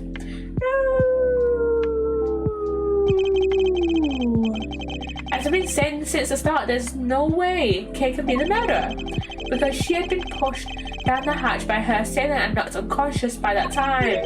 So then, who was the victim really? Right, well, if the auction carried on after the murder, the victim must not have been the auctioneer, but an attendee. That's enough. I know that sounded all too well. Verity. Yeah. Order in the courtroom. All rise for the chairman. Oh, fuck, it's this guy, yep, Excelsius. What a dumb fucking name, Excelsius. Damn, man. What are you actually? Fahrenheit? What? Oh, there's no need for all that pomp and circumstance, Verity. Please, everyone feel free to call me Celsius. Yeah, that'll do nicely. Alright, Celsius, what are you doing here? Oh, I just stopped by to see how my bone-headed boy was getting along. They say that all sorts of families, but I'm not sure these two are what they meant. I thought I need to light a fire under this investigation, but it seems not. The suspect everyone's been searching high and low for is right back here where we started. I'm kind of suspicious that Excelsius might be the one running this show here, because he's wearing red. Very suspicious. He's wearing a red coat. Very suspicious. Men, detain the suspect immediately. Wait, Miss Faraday is innocent. Shut your meddling mouth. You are a piece of shit. You're becoming something of a problem, Miles, my boy. As I told you, the committee wants this matter cleared up as soon as possible. What? By arresting someone innocent? This law system is a fucking joke. Like, I get it. Ace Attorney is kind of a comedy. It's not to be taken too seriously. But when it does get serious, I can't help but to take it extremely seriously, you know? It's a matter of trust. We can't have our organization be seen to drag its feet. It's bad for us, and it's bad for me too, personally. Sorry, it must be my age. Oh, stop with the stop story. Oh my god. Your unlawful investigation ends here, and it will not be permitted to resume. In case you have forgotten, you are no longer a prosecutor. You have no authority here. And what's more, there's a matter of you aiding and abetting a suspect. She's right, of course. As always, you really are a godsend, Verity. This man is fucking evil and I know it. That fucking smile is fucking hideous. Everything I do knowingly. If you wish to prosecute me for it, well, be my guest. But know this, we have uncovered a new suspect, this person here. Miss Friday was attacked by this person. You can stop right there, Mr. Edward. The raincoat in your picture was discovered nearby a short while ago. The victim's blood was found on the hood along with some cherry blossom petals. Cherry blossom petals? Like the ones on the roof? Yeah, that was stuck to the edges of the blood stain. Probably due to the blood being fresh at the time. The results came back already, my boy, so there's no mistaking it. The person in your picture is the victim, Miss Rosie Ringer. What? No, this completely undermines our entire case. All our assumptions were based on the person in the red raincoat being the killer. But if they are the victim instead, then Kay remains at the top of the suspects list. Miss Friday, you testified to having encountered a person in a red raincoat up on the roof, correct? Yeah, I did. We now know that the person was the murder victim, and you're the only person we know of who came into contact with her. Since one of you wound up dead, I think we all know how that encounter went. No, Kay was attacked by that person. She is the victim here, not the aggressor. As far as I recall, we have yet to see any evidence that proves she was attacked as you claim. And even if such proof existed, Miss Ringer could simply have been acting in self-defense. We can't jump to conclusions like that. Kay is innocent. But I'm not. Kay? I'm not innocent. I don't want to believe it, but I remembered something. Hearing about the raincoat brought it back. It's just a flash, but I remember what I saw now. Right when it happened. The murderer, it was me. I remember looking down and the person in the red raincoat was on the ground. It was me, Mr. Edward. It was me all along. I'm the murderer. No, what if she just found the body? What if she was just the first one to find the body? No, you can't be. Then what am I? Why do I have a memory like that? They were on the floor in front of me. There was a pool of blood. Why was I just standing there? Why didn't I do something? I know why. It's because I was the killer. No. We can't arrest her based on incomplete memories. That is just totally unethical. This court recognizes the legitimacy of the accused's memories. No! Those are not unreliable memories. She has retrograde amnesia. She has amnesia. Right. No. Yes. She has retrograde, I think. I've forgotten which one is which already. Any psychology, I should know this. Retrograde amnesia.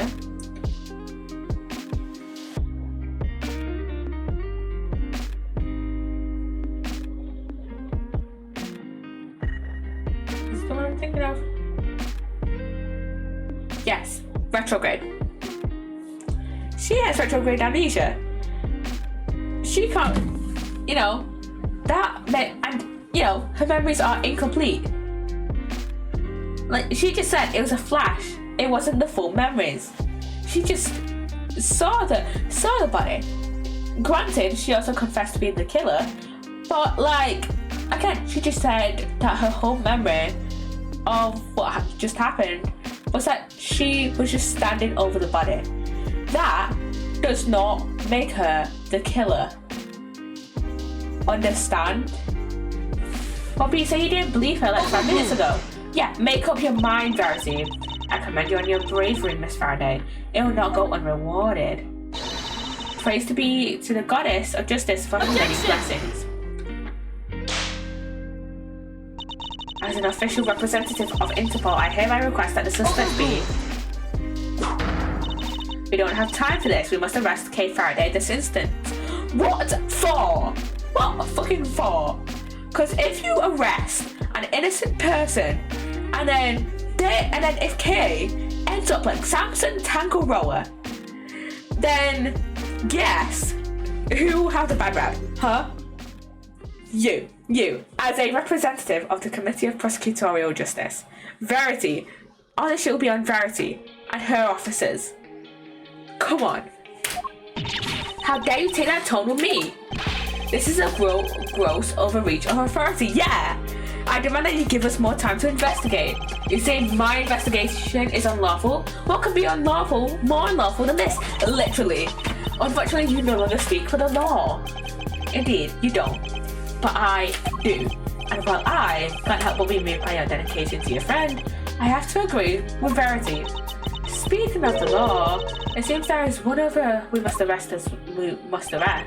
Ah yes, I almost forgot. Miles.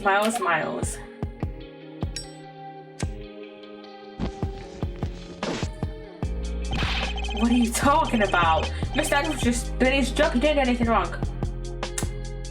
He no longer has a job though. He wasn't doing squat, by which I mean to say, unfortunately Mouse is no longer serving in any kind of official capacity. You went too far this time, Mr. Edgeworth. You conducted an unlawful investigation. Worst, you have aided and abetted the flight of a suspect. You're no longer even an ex-prosecutor. You are a criminal, nothing more. Oh, that reminds me. There was supposed to be a hearing today, wasn't there? Concerning your conduct. I'll make sure it's officially rescheduled for tomorrow. Although, I fear I already know the outcome. Look at this as an opportunity to reflect on your actions, Miles. A chance to really think long and hard. He is the mastermind of something. This court is adjourned. I want to punch one of those two in the fucking face, like.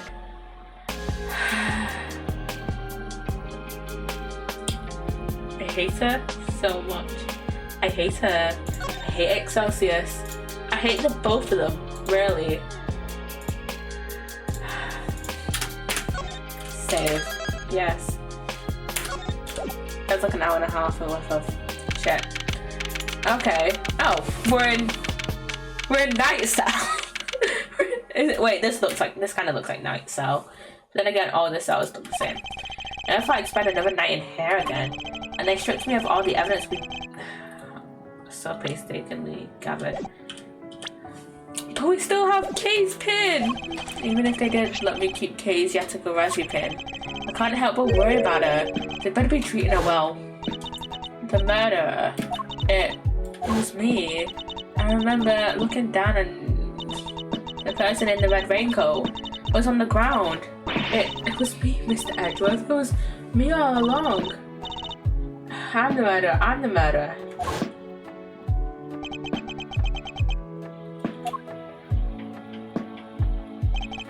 Come on, let's go. You got a visitor. A visitor? Who? Someone by the name of Dick Gumshoe. Want me to send him away? No. I'm not sure what to even say to him.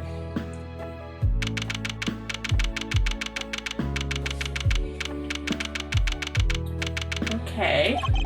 Wait there. Oh? Well, they're leaving me unsupervised? That's weird. Forgive the intrusion. Is this not Gumshoe? Verity? Why is Verity here? Judge Gavelle. Please, Mr. Edgeworth. Take a seat. Is she helping us? Is she gonna help us? This is the first time I've seen her sat down in the detention center. What are you doing here? I was told it was Detective Gumshoe. I imagine you wouldn't come if you knew it was me. What could she possibly want from me now? I suppose I'd better find out. What do you want, Verity? You may not be aware of this, but you are only permitted to meet with specially approved visitors. So I'm to be treated like a dangerous criminal, am I? I suppose my reputation has rather plummeted. It has indeed. For you, of course, and your friends. That attorney and the other girl were raising quite the fuss earlier. Fender and Emma. I saw them launch some extremely heated words at one of the guards. No, you didn't. You may thank the goddess in that regard, for even she is too busy to deal with each and every infraction. They will not be punished for their bad behaviour. Did you come here just to chit-chat with me? You must have a lot of time on your hands. Well, speaking of which, Miss Von Karma is continuing the investigation where you left off. I just thought you would like to know.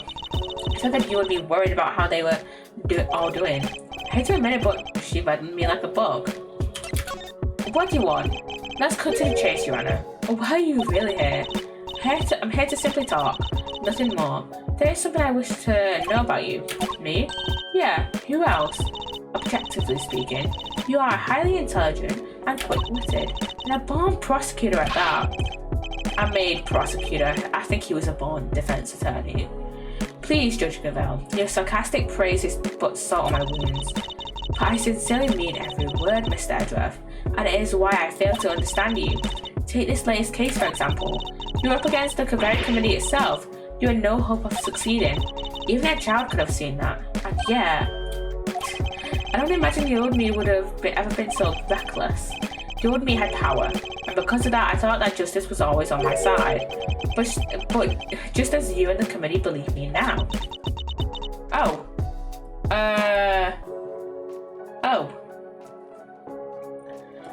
My bitrate has gone down.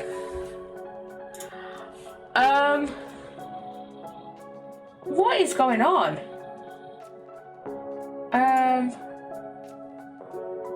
Why has it gone down? I don't know. Why has it gone down? Oh. That was weird. That hasn't happened in a while. Oh. Okay. Okay. That confused me. I panicked a bit. Okay, if you didn't see what she said, the old me had power, and because of that, I thought that justice was always on my side, just as you and the committee believe now. But a certain person changed my mind. He made me reckon my selfish and skewed sense of justice, that being Phoenix. And once the scales had fallen from my eyes, I began to look at people differently. I saw that I was only able to be an effective prosecutor thanks to the efforts of those around me. Detective Gumshoe, the many investigative officers of the force, and even Kay. It changed me. The degree to which it changed me still surprises me to this day. I see. Thank you. I feel that perhaps I understand you a little better now. You? Understand me? I highly doubt it. Someone who is so focused on forcing their idea of justice onto others can't possibly see what I see. Is that so? Is that what you truly believe? I will say one thing. This has been a very interesting conversation. That is all. What does she want? Before I go, there is one remaining matter. I was asked to inform you that the date of your hearing has been confirmed. It will be held today, in the trial chamber. The committee sends its warmest regards. If that was all you had to tell me, you could have just sent a message. And entrust the goddess's words to another? That wouldn't do now, would it? Until then, Mr. Edgeworth, I'll see you again very shortly. What is she up to? Like, she got rid of the guard? In the room? I'm confused. Okay, we're in control of Miles now. A very basic bed. I can't say it was very comfortable to sleep on, however. I imagined Detective Gumshoe would sleep soundly on it nevertheless, loudly snoring all the while. I suppose we'll probably never get to work together again. But I don't have any regrets about the bed I've made. I will follow my own path to the end. There's a note on the wall next to the toilet. Sorry, we're currently out of toilet paper. Please make the necessary mental preparations before using the toilet. What sorts of mental preparations can one even make? What the fuck? The window is barred with heavy steel. That reminds me of a movie I once saw. A prison inmate hatched a plot to escape by using files to cut his cell bars. I won't be doing that, of course. For one thing, I don't have a file on me at the moment. What am I saying? I wouldn't even do it even if I did have one. Yeah, exactly. Miles doesn't strike me as a prison escapee. There's a menu here on the table. It seems that detainees are able to pay to have their meals brought to their cells. Well, looks good. Spaghetti and mac and cheese lunch? Add linguine for only $1. Basmati and brown rice special for a limited time only. Add regular white rice at no extra cost. It's probably for the best I'm not very hungry. Yeah, that doesn't sound very appealing, other than the spaghetti and mac and cheese. Unless, if only the spaghetti is separate from the mac and cheese. If it's all lumped together, then that sounds like shit. Which it probably is. I barely spent any time in here, and already I can feel my personal appearance slipping. I may have given up my badge, but I mustn't give up on my cell. Huh? My collar is slightly creased. There. A tiny outside begets a tiny inside. Which is why it's more important now than ever to take care of myself. Okay. What do we have in here?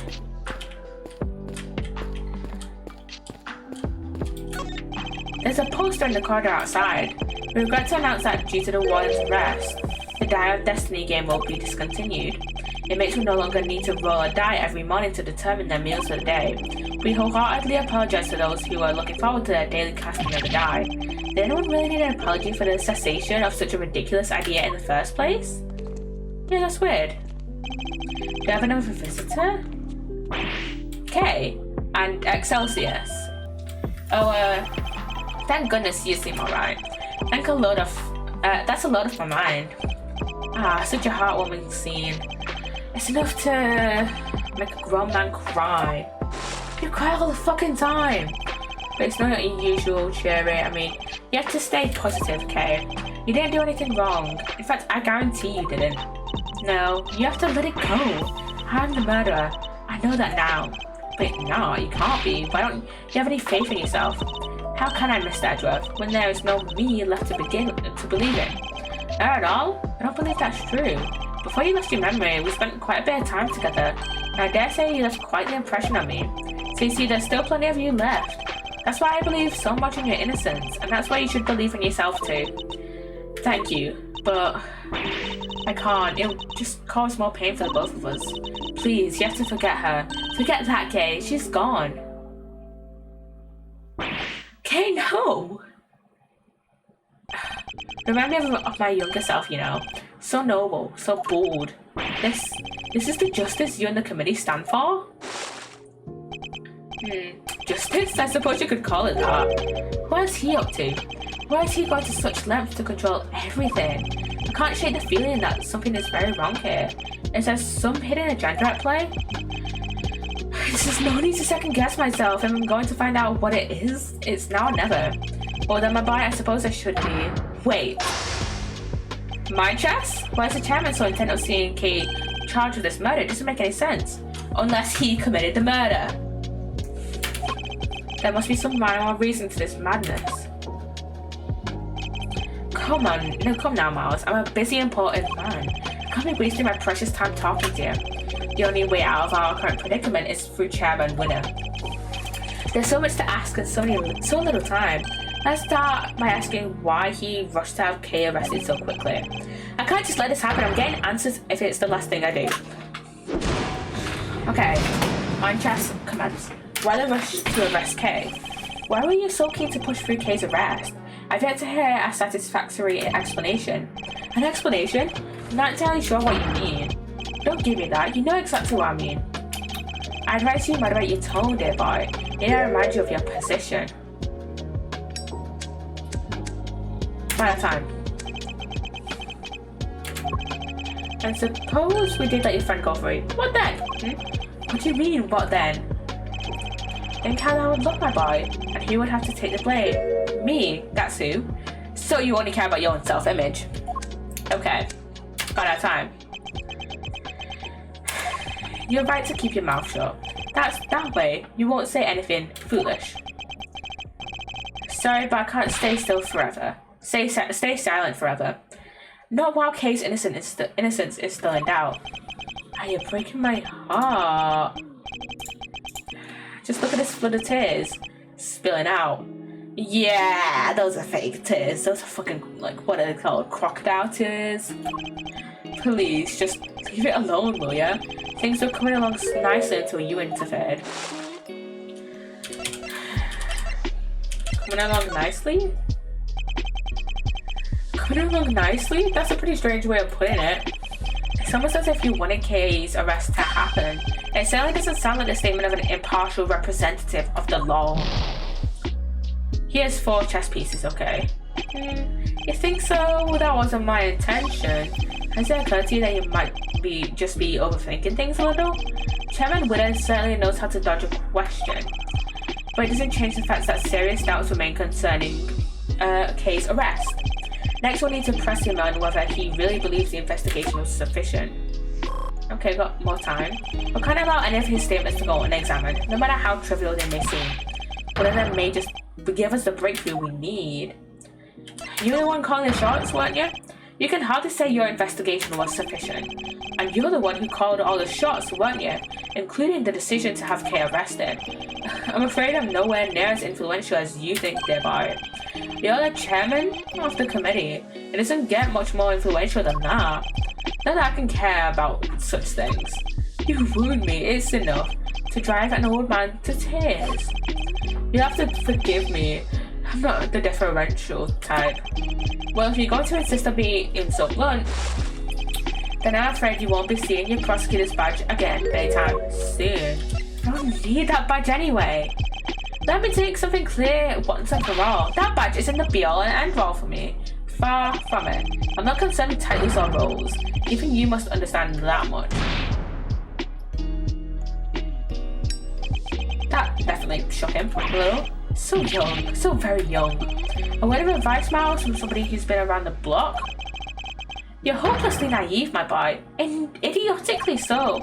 That certainly got under his skin. You might be less guarded in his answers while he's in the state. Now's my chance.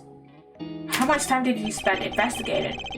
How much time was spent on your investigation altogether? My, you really don't give up, do you? But even my patience has its limits, you know. What coincidence? So does mine. Now answer the question. Do you believe that your investigation was sufficient or not? The youth these days are wont to be reckless. Makes me want to put you in your place. You're going to regret that, my boy. What is he burning? By the time. Well, maybe you do know your place after all. What's the matter? Scared? Ho ho ho. Hardly. I was just thinking about how best to proceed. Getting answers from the elderly requires sensitivity. They can get quite emotional after all. You have no common sense whatsoever, do you? Don't you understand? Your fate rests in my hands. Okay, by that time when he's burning shit. Let's just say you do manage to get some answers from me. There's nothing you can do with them. So why not give it up, dear boy? No. Then why not? It's simple, because I'm now about to let the truth escape me. Interesting. I think I'm beginning to see what makes you tick. But what you're doing is pointless. Tragically and miserably pointless. Please, just give up. She's guilty. The decision has been made. What decision has been made? To have her, you know, be put in prison for the rest of her life? Once again, your choice of words intrigues me. It's almost as if Kay's guilt has already been determined from before her arrest. Come on, what are you trying to imply? That you plan to have her arrested? I'm implying that things haven't gone as they normally should. In fact, everything has proceeded as if Kay's arrest was the end goal right from the very start. Well, Chairman Winner, was it? That's certainly an intriguing theory. But it's also a complete work of fiction. Now I'm afraid I don't have time for such flights of fancy. I think it's time we brought this shabby little farce to an end, don't you? No, he's trying to make his escape. We must confirm the legality of Kay's arrest before he slips away. It's faint, but the truth is finally beginning to emerge. I'm not about to let this opportunity pass me by. I still have questions. Wait, we're not done yet. I'm tired of all this talking, so make it brief, will ya? What grounds did you have? Based on everything I've heard from you so far, it's clear that Kay's arrest is entirely unfounded. Yeah, I think we're all very familiar with this particular refrain of yours by now.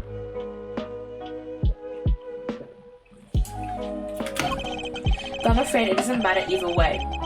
You don't have what it takes to secure her release anyhow. How dare you take this so lightly as a matter of the law? My, aren't you a rude little boy? And aren't you a rude old ass fucking man? How old are you? You're like what? In your 50s? You're old as shit. But my fuse is only so long. By the time. Honestly speaking, I don't have the time to waste on every last question you can dream up. I have certain responsibilities to attend to, you know. I really am quite a busy man. Or are you just pretending to be busy? That's an awful thing to say to such a fragile old man. I work harder than I should at my age. I ask you, my boy, what can I even hope to accomplish by putting up such a pretense? You're hoping to avoid a talk about the case. You obviously don't want to talk about the case anymore. That's why you're so keen to get out of this conversation, isn't it? It's just so tragic. It really is that you would suspect me of such things. It's not a suspicion, it's a certainty. There are no clear grounds on which to base Kay's arrest for a start. Now, my boy, let's not get carried away. There's plenty of evidence to support our case. The mask, the leather, the corsage. These were all in her possession. And of course, her confession.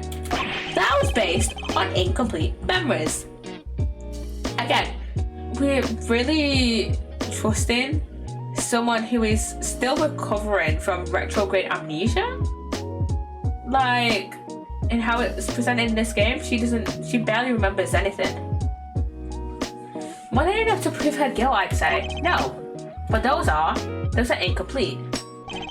What's the matter? Struggling to come up with a way to explain everything away? By the time. Well, there we have it. Your silence speaks volumes. It's true I can't count on your arguments right now, but you did let something valuable slip. A suspiciously detailed knowledge of the evidence right against Kay. You rattled off that list like you knew it inside out. Didn't I just prove to be a valuable clue? I still have questions. Well, wait, we're not done yet. I'm tired of all this talking, so make it brief, will ya? Who gave you the order? Who gave the order? Who decided that Kay should be arrested? You know, I can't seem to remember. Don't ever get older, Miles, my boy. It wreaks havoc on the memory. Time to deploy my clue. You remember all the evidence pretty well. I'd appreciate it if you stop playing the old mind card. You remember the details of the evidence against Kay pretty clearly. Perhaps if your memory didn't fail you only when it was convenient, I'd be more inclined to believe you. So let me ask you again, who gave the order for Kay's arrest? You're a sharp one, I'll give you that. My son could learn a thing or two from you. If he wasn't such an incurable numbskull, that is. It's a tragedy, really. I don't want to hear about your son, I want to know who authorized the arrest. You're very mean, you know that, don't you? And you're avoiding the question! The arrest, you say? I believe the order was given by... You, of course! You! Come now, Chairman Winner, we both know it's you. Alright, you got me. You make it sound like it was somehow a bad thing though. But I have a reputation to uphold, so I guess I'd better clear up this little misunderstanding. I'll entertain your questions for a few more minutes. Let's see if I can't put your mind at ease. The key thing to do now is to establish how intimately he knows the details of the case. I just have to ask the right questions. Okay, our time is back up. The endgame is at hand. We're but a few moves away from the truth. You seem to know an awful lot about the case.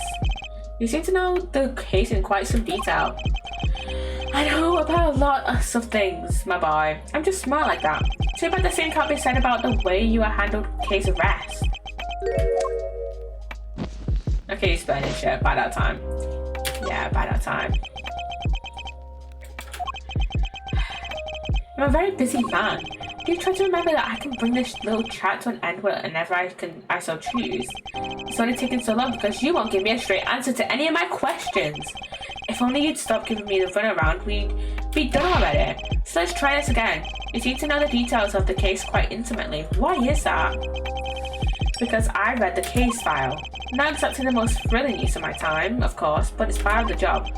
I have to be a good role model. I can't be seen slacking. See, I can't be seen to be slacking. It can be so hard. But I had some time on my hands, so I read the whole thing from cover to cover. But you keep saying how busy you are. That's strange. I could have sworn you just told me you're a very busy man. He was involved with Kay's arrest. I think the cracks are finally starting to show, wouldn't you? If you're so keen on being an upstanding leader, you can start by releasing Kay, you know. You really don't give up, do you? It's a moving sight indeed, my boy. But a tragic one too. After all, your efforts are for naught. I'm afraid your little friend was found unconscious near the scene of the crime. Did you see exactly where she was found? We have yet to hear much about the circumstances under which Kay was found. She was lying unconscious in the storeroom, correct?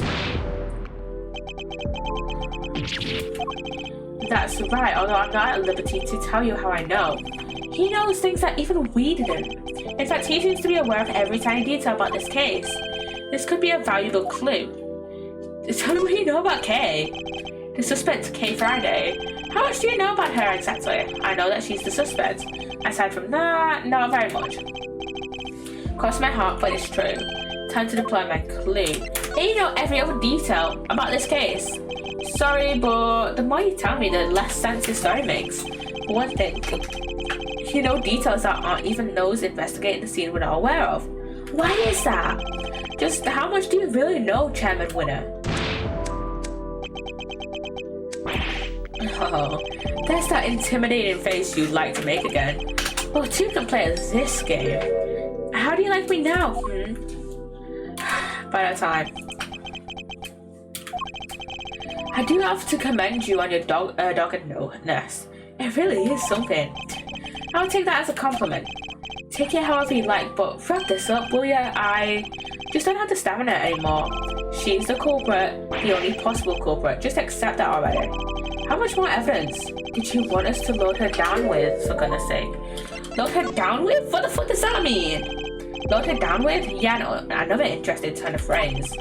One that makes it sound a lot like the items Kay was carrying might have been foisted upon her. Added 5 minutes, by the way. Impressive. You really do pay attention, don't you? It's no wonder they used to call you a prodigy, Mr. Ex-Prosecutor. I think you know the answer to your own question now. Why don't you just go ahead and say it? I want to hear it from you. It's finally time to shed light on the truth. I'll just have to play this one last move. Kay is innocent. Kay is innocent. No, my boy. That's just clumsy. Anyone can blurt out a baseless assertion like that. Even a disgraced superstar prosecutor. The baseless assertion is that she killed Ringer. What? Time to deploy my clue. Except I know it wasn't her. Kay was framed. The true culprit set it all up so she would take the fall instead. That is my answer, and I won't let you deny it any longer.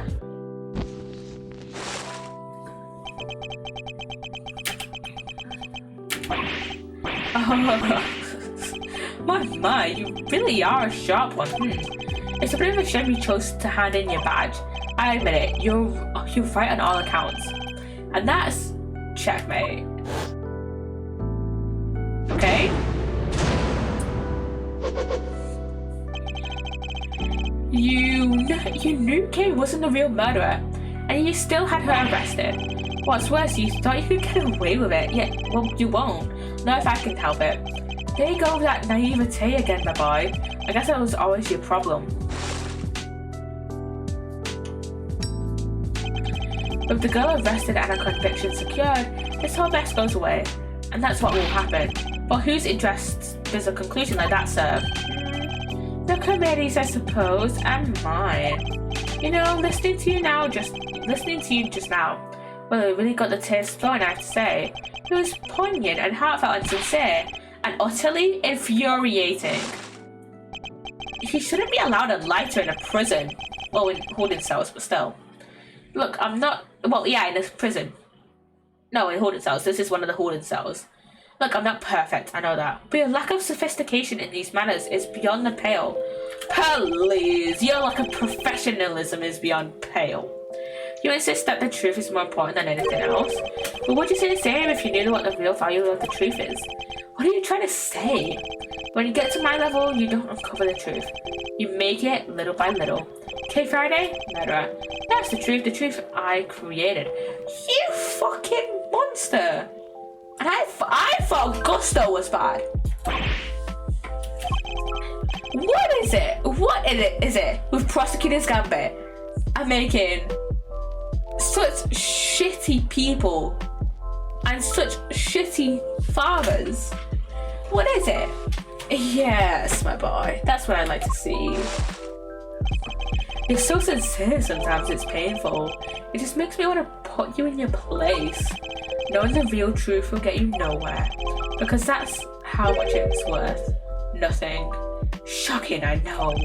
But why not go after the real killer? How much do you even know about what really happened? You're still not getting it. That's your truth. And it is worthless. Mine is all that matters. What about the actual truth? What about what actually happened? I am convinced that this guy was the actual killer of Ringer. You understand what I'm saying, don't you, Mr. X Prosecutor? I have all the power here. Curse you. Well, aren't you menacing? You and your little friend are just as bad as each other. Violent criminals who deserve to be locked up. You'll pay for it. You'll pay for this. And with that, yet another person disappears from my life. Now it just makes me want to cry and cry and cry. You piece of fucking shite. I'm not planning to disappear just yet, Chairman Winner. There's still the hearing later today. Just you wait.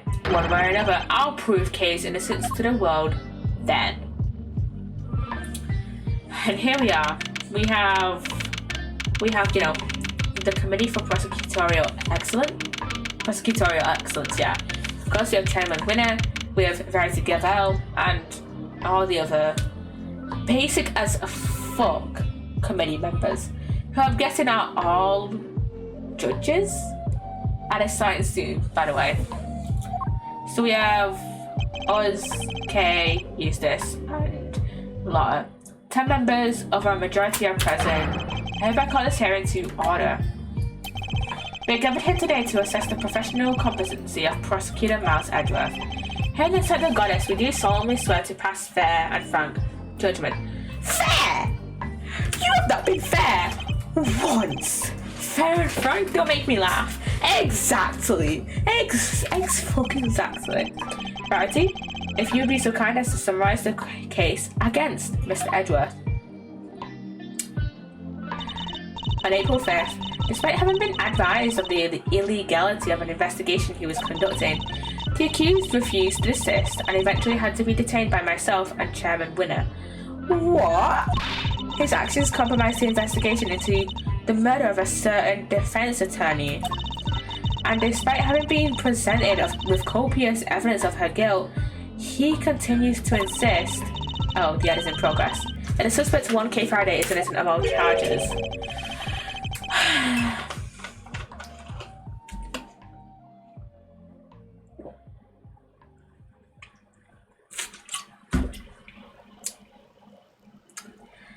I hate all these people so fucking much.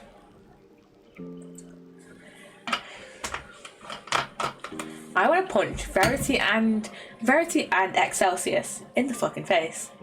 I hate the both of them.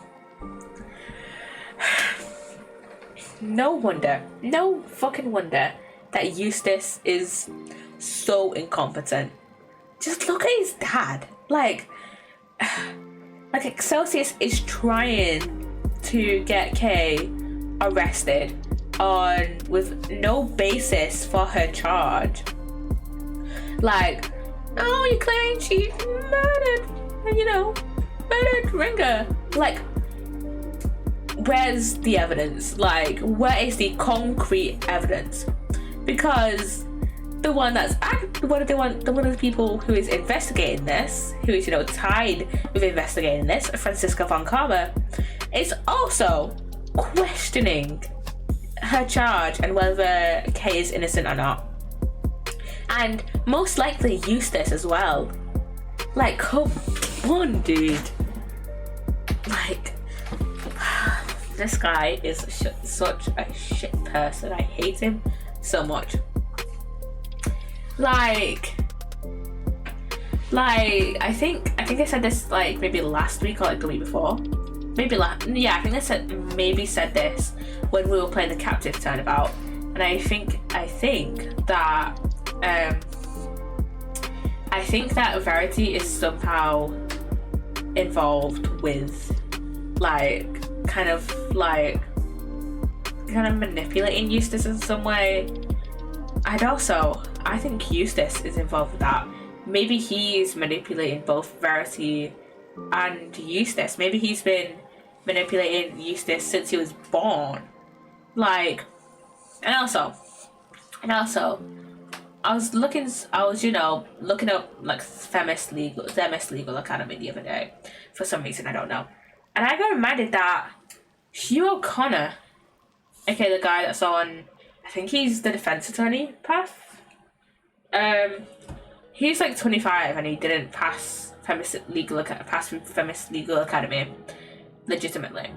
His parents are bribing the teachers to and hello, welcome back from the ad. I'm ranting about shit. And basically, Hugh O'Connor's parents were bribing him. We're talking about Turnabout Academy, by the way, kind of. Were bribing the school, being like, hey, we'll give you this money if you can, bump up Hugh's grades a bit. Maybe Excelsius was doing the same to Eustace, which is why Eustace seems so incompetent to us. Maybe he didn't actually learn shit, or the stuff surrounding the law he did learn was from Father of the Year Excelsius winner, So yeah, perhaps you could explain the details of the murder to us as well. Of course, on the morning of the 5th, the body of the victim was found here in the committee chamber. Further explanation will be provided by me, Eustace Winner, Premier Prosecutor. The floor is yours, Mr. Winner. The murder itself happened late on the night of the 4th. The victim was Miss Rosie Ringer. That same night, an illicit auction was being held here in this very room. Ringer took part in that auction, I think, yeah, meaning that the murder took place sometime during the auction. When she was found, Ringer was dressed in an outfit that matched the description of the auctioneer. However, due to the fact that the auction carried on after the murder had occurred, I deduced that Ringer was not in fact the auctioneer. You deduced nothing of the sort. And what about the basis on which the suspect was detained, Mr. Winner? That just reminded me of the TikTok audio that's like, I've connected the two dots. You've not connected shit. I've connected them. Yeah, I got this. So Faraday was overcome by crushing remorse, Eustace. Yeah, that. Tons of crushing remorse. So she confessed. According to her confession, she was on the roof of this building when she encountered a person in a red raincoat on the viewing platform. That person was Miss Ringer, I take it? Precisely, Mr. Chairman. Why is Verity always putting into what Eustace is trying to say? The killer dressed the victim in the auctioneer's outfit after the fact. Yeah, but at the time when she was killed, Miss Ringer was wearing a red raincoat. And who won the race to find that raincoat nearby? Me, guess who? Did you? I thought it was somebody from forensics. Strictly speaking, it was found by one of the forensic investigators under Mr. Winner's command. I knew it. The blood analysis on the coat showed that it was indeed Miss Ringer who had worn it, and the suspect's confession was the final nail in the coffin. She confirmed having committed the murder. Now, doesn't the blood on the raincoat confirm that it was Ringer's killer that was wearing it, not Ringer herself? So as you can see, Kay Faraday was the killer. There's no way anybody else could have done it. Alright, Miles, I expect you have some objections. Let's get them out of the way, shall we? I have no objections, Chairman Winner. Well now, is that so? I thought it would have taken more than a single night. Objection! No objections in the matter of my unauthorized investigation, that is. But in the matter of Miss Faraday's supposed guilt, I've done it. I can personally attest to the fact that Mr. Winner's investigation was fair and impartial. Sure, of course it was. When it comes to carefully conducted ops, I'm the winner every time. You know, Miles, it's within my power to offer you a plea deal of sorts. If, and this is purely hypothetical of course, you were to withdraw your objections, you may wake up tomorrow to find yourself the proud owner of a seat on this committee. I don't think he wants to be on your stupid fucking committee. Fuck the committee. So I ask you again, do you have any objections, Mr. Edgeworth? If you think you can buy my silence, think again. Yeah, fuck the fucking committee. You will watch your mouth, only if the chairman watches his. I didn't come here to talk about committee seats. I came here to talk about the murder case. I demand a statement under oath, and I won't rest until I have one. And I want to know exactly what the committee's view on the incident is. You want to put us on trial, my boy? Very well, if it will make you happy. Verity, please provide Mr. Edgeworth with the materials pertaining to the case. Really? But sir, this will be his last hurrah. So let's humor him with the send-off he desires. If you say so, Mr. Chairman. Yes, we have our evidence back. You have no objections to Verity representing the committee, I assume? None whatsoever. Yeah, I kind of have a love-hate relationship with Verity. Like, in a sense that, like, I love her as a character, hate her as a person kind of way. Mr. Edgeworth, don't worry, Kay. Everything will be fine. You'll see. Okay. Miss Ringer attended the auction as a potential buyer. Okay. The red raincoat was one of the items up for sale. Okay. So our assumption is that after winning and paying for it, she left the auction for her purchase. The only exit from the storeroom was, of course, the hatch leading up onto the roof. After she'd emerged onto the viewing platform, that's when Miss Ringer was attacked by Miss Faraday. Shortly thereafter, her flame went out, and thus concludes the committee's view of the case. No! Wouldn't that make Ringer the attacker then? Because she had the blood on the hand from Lotta's picture. The raincoat was on offer that night? Is that really true? We believe so, yes. You remember the failed assassination attempt on the president of Shangfar, I assume? The raincoat is a piece of evidence from that case. It should, of course, have remained safely under lock and key in the appropriate facility. Our inquiries revealed that it did, in fact, go missing under mysterious circumstances and wound up in the auction along with everything else. That makes sense, I suppose. Wonderful work, Verity. Just wonderful. Crystal clear as ever. You flatter me, sir.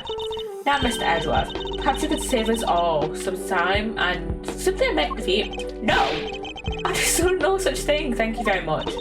Very well, it's good to know that you still have some fight in you. It is? Why? Is Verity secretly on our side? Is she secretly working against the committee from inside out? Come to think of it, she said some strange things when she visited me this morning too. What exactly is she up to? Yeah.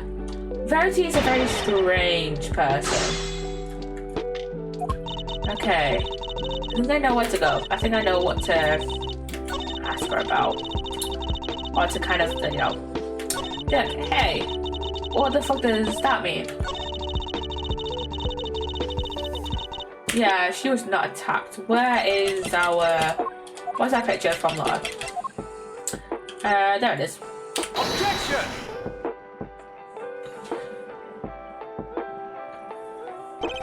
Maybe you can clear something up for me, Judge Gabel.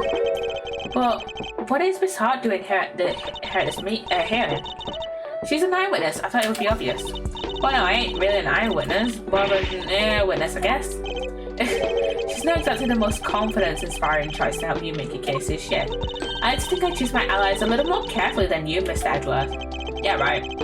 Then you should question them more thoroughly, because there's something she hasn't told you. Take a look at this. It's a photo taken by Miss Hart. Yeah, in the storeroom, correct? What of it? According to your theory, the murder occurred up on the roof, but according to Miss Hart's testimony, she happened to witness the entire incident unfold in the storeroom, just before she took this picture. Oh wait, you say Gavel got it? Wrong. That's exactly what I'm saying. What? Miss Hart, if I may confirm your account of the events you witnessed that night. You saw the person in the picture, correct? I sure did, clear as day, and with my own 2 eyes to boot. And what were your impressions at that point? My impressions? This right here is the scoop of the century, something like that. Yeah, that makes sense. I was hoping more of your impressions of the person in question. Oh, that there's a walk-in meal ticket? Seriously? Just my little joke. No need to look at me like I done sat on your lunch. Oh, red raincoat, right? But I took one look and I thought, that's our perp right there. And therein lies the rub. For Miss Hart to have thought such a thing means the murder. Oh, Mr. Edgeworth, when will you learn to use your words? If an explanation of the facts that you require, you need only ask, you know. What do you mean? I assume you're about to raise the issue of the voices, Miss Hart. I heard voices that may be unrelated. No, actually. Unrelated, you could do better than that. Was one of the voices Miss Hart heard really even Miss Ringer's? You're kidding me, right? Them folks are talking crime-related turkey, or my name ain't Lotta Dang Tar. But you didn't hear them, clearly. Can't really say for sure, but... Yeah, I can't really say nothing, and you know it. They were using voice changes. I would done told y'all that. Precisely. Miss Hart heard voices, but those voices were disguised. Which means we cannot even be certain that whatever she did over here had anything to do with the murder. Well. And you can't be certain that it was, you know, Ringer under that red coat. You don't need to yell objection in order to sigh at me, Mr. Edgeworth. Yeah, well, sometimes it's fucking needed. It seems I overestimated you, Judge Gavel. Nonsense. Verity's the best of us, my boy. The very best. Yeah, right. And yet she believes that what Miss Hart heard might not have anything to do with the murder.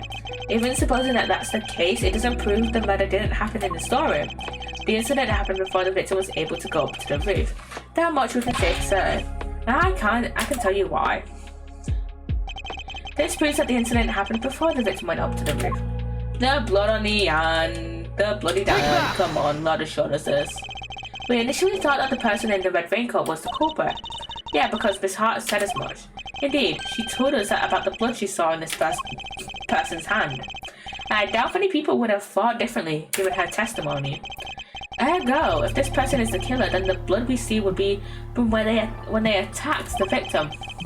But knowing what we know now, that this person is in fact the victim, it recontextualizes everything. The presence of the blood still shows that the victim was taken after the attack, but now it tells us something very important about the victim too. This picture tells us about the victim survived the attack. There's no doubt in my mind that the victim was attacked in the storeroom, but here we have photographic evidence of her standing upright and alive, albeit with a bloody hand. This can only mean that Miss Ringer survived the attack. The blood on her hand is from the wounds she had sustained. What are you talking about? Who dies from a hand wound? The wound wasn't on her hand, Mr. Winner. I imagine she had used her hand to try and staunch her wound. That's right, while it's impossible to tell from this angle, the victim was already mortally wounded here. Oh, but that certainly would change things, wouldn't it? It very much would. Not least by making it absurd to suggest that Kay was the attacker. Her encounter with the victim happened after the picture was taken, after the victim had already been attacked and was in critical condition. I put it to you that all Kay witnessed was the victim finally succumbing to her wounds. That would have been quite a coincidence. It's a textbook case of wrong place, wrong time, I'd say. You seem to be forgetting a rather important fact, Mr. Edward. Well, that or pretending not to remember it. What? What fact am I forgetting? I think it's time to wrap things up. Don't you, Verity? Put the boy out of his misery. Dad, give out works for me. Why do you keep giving her orders? That's my job. You really are a total and utter embarrassment. Sorry. I'm not. I hate to break it to you, but you both are. Go to it, because I'll put Edward out of his misery. As you wish. That really is my shit, Dad. Miss Ringer's body was found with 3 wounds in its chest, and we all know what those wounds are made from. Don't you? That's right, they're from when she was stabbed in the chest by a 3-armed candelabrum. I doubt anybody could survive such grave wounds. If you care to read the coroner's report, I'm sure it will change your tune. Nicely done, Gavel. Now I just make several objections. Yeah, I'm afraid I will. What? Why? Were you listening? Oh, I was listening. Very carefully, in fact. Hence, my objections. Come on, why do you always have to undermine me? That's never my intention, I assure you. It isn't? Because you do it so well to yourself every single time already. Of course it isn't. Yeah, I knew that. Because I'm... Please, Eustace. Just stop, for goodness sake. You've already embarrassed me enough. Huh? What do you mean, Dad? Okay, so he thinks Zoe's child is an embarrassment. Okay.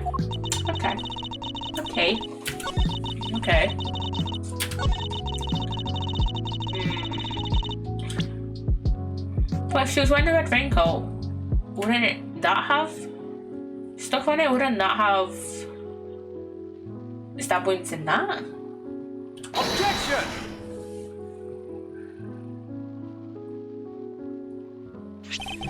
Chairman Winner, you know what this is, of course. The red raincoat, that's right, isn't it? Verity? Yes, sir, the one Miss Ringer was wearing. I warn you, Mr. Edgeworth, you will not be thanked for retreading old ground here.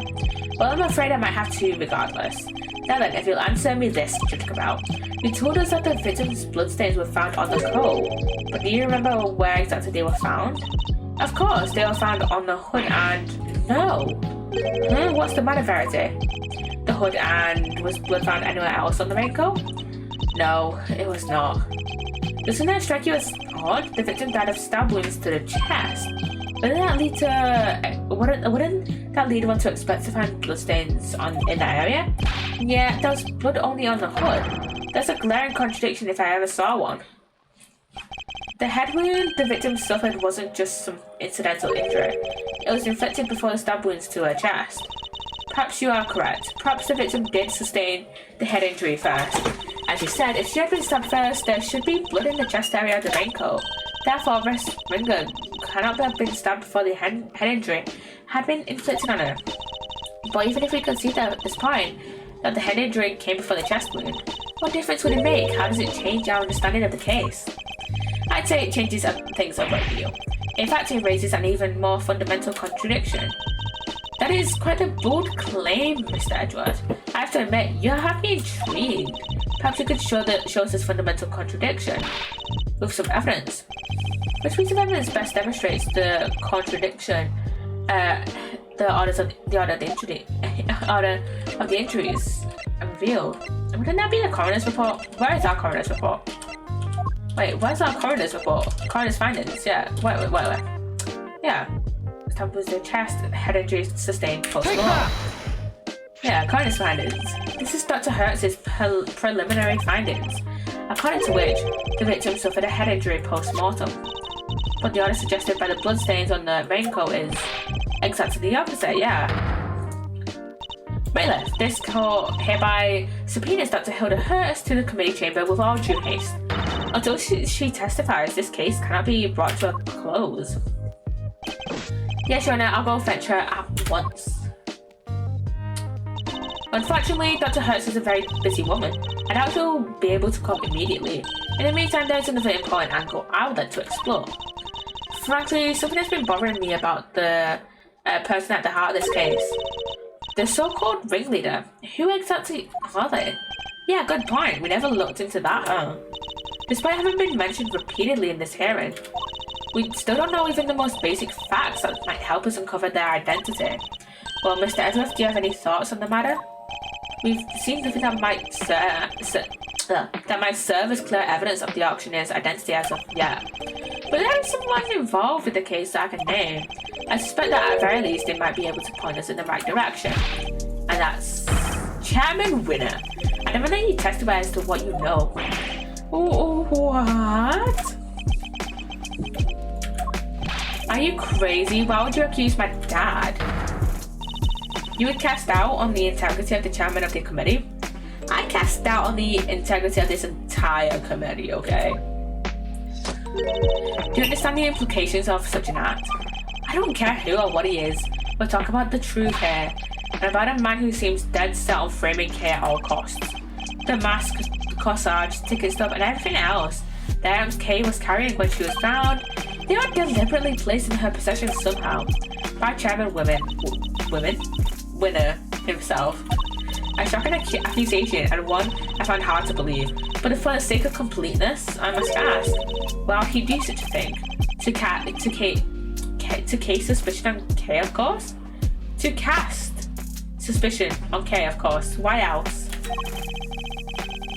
Why is there so many spelling mistakes in this game? It frustrates me so much because there wasn't this many in any of the other games. I even managed to get him to say something to that effect. Chairman Winner, your rebuttal, please. I think the good chairman might be in shock. So what if I did? Did you hear me, nearby? I said, so what if I did? You said he got me to admit as much, but where is your proof? With no witnesses to speak of, your word alone is hardly enough to make an accusation like that stick. Or do you mean to tell us that you have something more to base your outburst on? He still has the arrogance he showed back at the detention center, and yet... Mr. Edgeworth, I am going to have to ask you to explain yourself. If that's alright, Mr. Chairman. No, I'll be very interested to hear this for myself. I'm intrigued to learn where Miles might have gotten the idea that I'm some sort of criminal. Because you'll never find a more fine and upstanding citizen than myself. Yeah, only criminals would say something like that. He's a very suspicious guy. He's a lot of nerve acting all innocent like that. Yeah. Very well, let's start from the very beginning. The fact that the auction took place right here in this hallowed trial chamber is a point of suspicion. A location that should by rights only be accessible to members of the committee. Yeah, they all have keycards to the room after all. Furthermore, these auctions seem to be held on a somewhat regular basis. And for that to be possible, there can only be one winning explanation. That's right, Mr. Winner. That the auctioneer is a member of the committee. What? No. What if this is wrong now? What did I do? Did I play right into his hands? Oh, you did indeed, you utter nitwit. Okay, he just insults his son. But Miles, bye-bye, you do realise that you've cast quite a wide net with your explanation. That's true. There are 11 members of the committee altogether, one being dead. 10 given Miss Ringer's unfortunate passing. 10 potential suspects in total. Well, it certainly isn't me, and it can't be the chairman, can it? Whoever it is, speak up right now. Testimony from Chairman Winner, come on. Come, calm down, all of you, please. Well, Miles, is that all the proof you've got against me? You're very quiet all of a sudden. But it's too late to back out now. You've accused a former chief prosecutor and current committee chairman of a crime. I would tell you to prepare for the worst. But there's no preparing for what you're about to face. You've been forcing us to argue over every little detail for a while now. When the murder happened, the order of the victim's injuries, some other things I hardly even remember, but you didn't have bothered about it because it's all irrelevant in the end. Think about it, the suspect herself has already said she did it. That's all that matters at the end of the day, and her sentence will be lighter for it. So rejoice. Fuck you. I would say fuck your family as well, but like, I'm not gonna be that mean to Eustace. Like, come on. And there you have it. Feel free to pick holes in it as you see fit. How can I win? No, that was barely a testimony to begin with. Yeah, fuck you. That man is a very powerful person, isn't it? It's okay, Mr. Edward. Please, just let it go. No! I'm not gonna let him, of all people, Excelsior's winner, stay in power and stay as the chairman of the Committee of Prosecutorial Excellence. I'm just not gonna let it happen. He's a dick. I did it. I'm the murderer. I even remember doing it. You did not do it, okay? No. You saw a flash of something half remembered, okay? Nothing more. If you must believe in something, believe me when I say you should believe in your own innocence instead. But, come on, Kay. I'm up against the head of the committee here. This isn't going to be easy.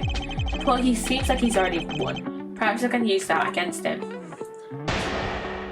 Okay, we got a rebuttal. Okay, I have an idea of where to go, I think. Hurry up. Yeah. Half-baked memories. Just because she confessed to something doesn't make it the truth. Kay is suffering from amnesia, so any statement she makes should be taken with at least a grain of salt. Even so, it doesn't exactly solve anything for us, does it, thereby? And it would be nonsensical to dismiss her confession outright. No. What you do is you investigate it further. That's what you do. I tell you what, why don't we ask her one last time? Though I'm sure she'll just say she did it again. Fine, let's do it. Let's ask her again. We'll see if she really believes herself to be the culprit. Huh? You mean me? Is this really what you want, Miss Edward? If it goes badly, it could significantly weaken your position. I know, but there's no other way. I only request that I be the one to question her. I really know how to tug at an old man's heartstrings, you know. He's faking. These are crocodile tears, we all know it. But fine, ask away on one condition. If this turns out to be a waste of time, that's it.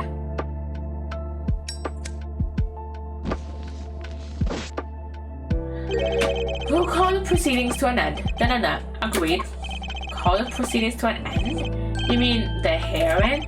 Yes, thereby, that's right. Perhaps you aren't a complete muddlehead after all. Now, just so we're clear, if we ask again, and all that happens is the girl confirms her guilt, she is officially declared guilty on the spot.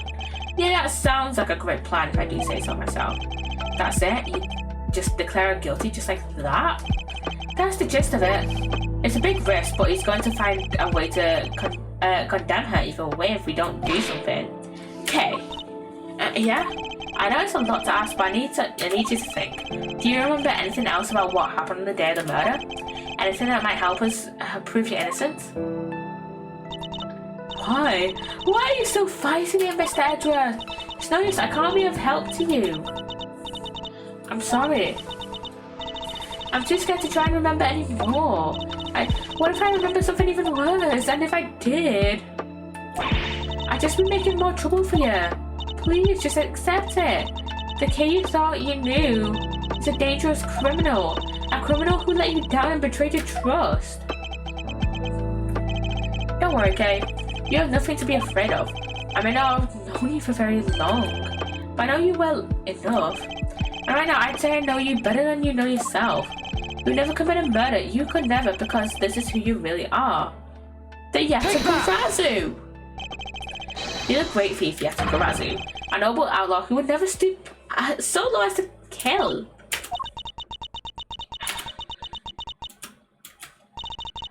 I can't do it. I'm sorry. Because all I can see is the one memory that's returned. I have to face it. Hold it! No, the only evidence of your guilt is the confession they forced out of you. As I said earlier, you have to believe that you're better than that. Are you saying you don't believe a word of what I've been telling you? No, it's not that. You're trying so hard to help me, and you're risking so much for me. It's too much. You have to stop. I'm begging you. So that's what's going on. I thought it was strange, but now I see. The reason you're allowing yourself to be railroaded to accepting your fate is because of me, isn't it? Which is exactly what the kid I know would have done. You're a good person, Mr. Edgeworth. Sorry to burst your bubble, but I'm not. And I don't plan on becoming one anytime soon. Because despite all your wishes to the contrary, I'm still trying to help you. See, I've merely been servicing my own ego regardless of what I put you through. Now let's try this again. See the good in yourself, Kay. Remember the noble thief you truly are. That memory of you committing a murder, you need to question it with all you have. That's all I ask. So please, do it for me. Okay.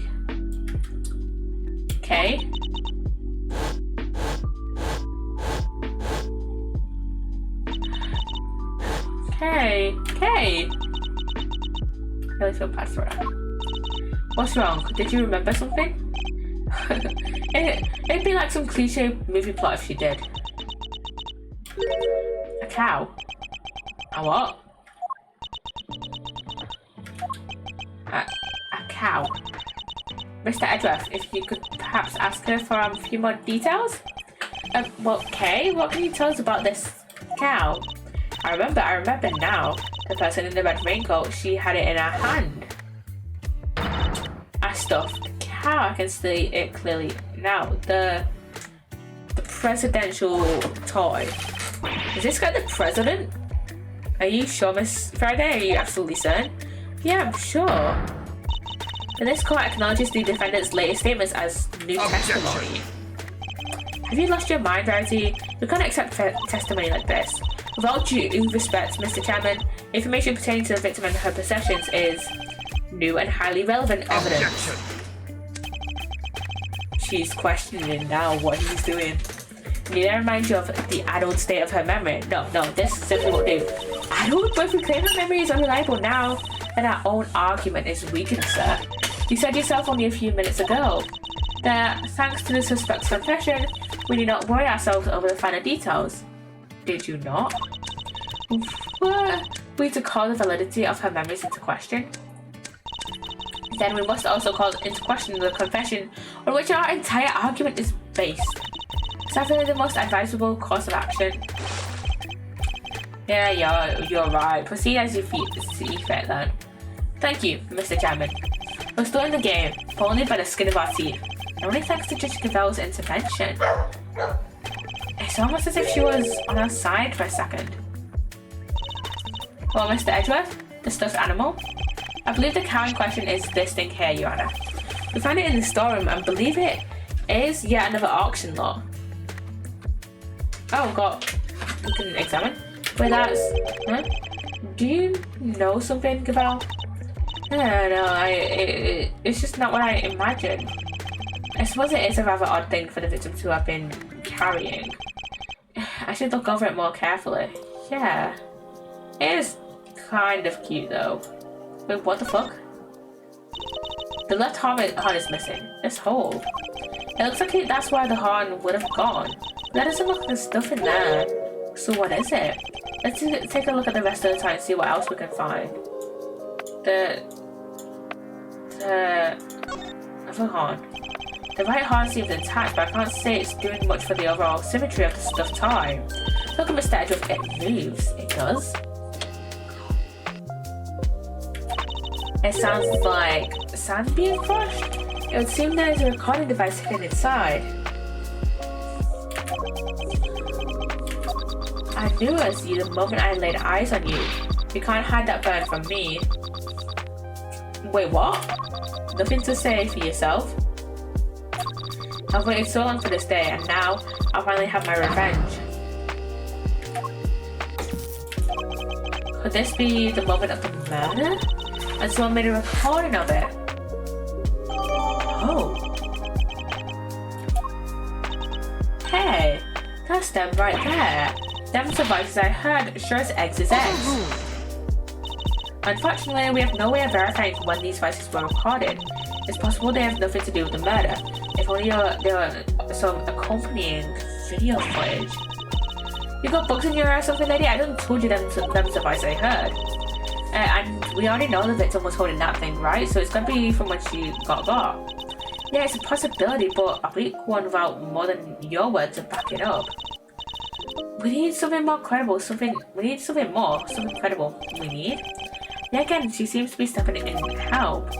Just give out, I think we all know the voices are cut off from the moment of the murder. Consider from the moment the words we heard one of the speakers say.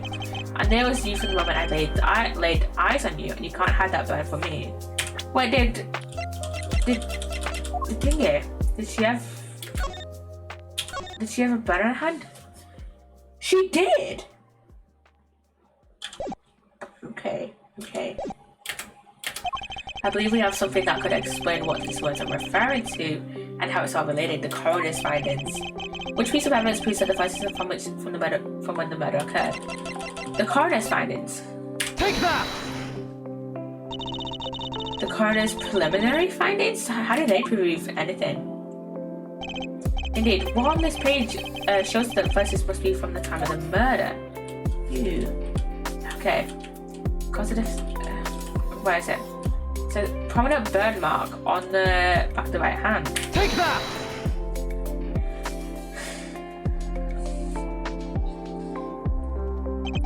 Thinking again on the words we heard, this part in particular sticks out in my mind. You can't hide that burn from me. The victim had a prominent burn mark on the back of her right hand. And what of it? According to case testimony, the victim was carrying the stuffed toy, and a burn mark and an identifying mark unique to the victim was mentioned on the recording it captured. It's just a coincidence. Stuff like that happens all the time, right? Overruled. I'm not so sure that it does, especially not in this case. Oh, she's kind of going against Eustace for once.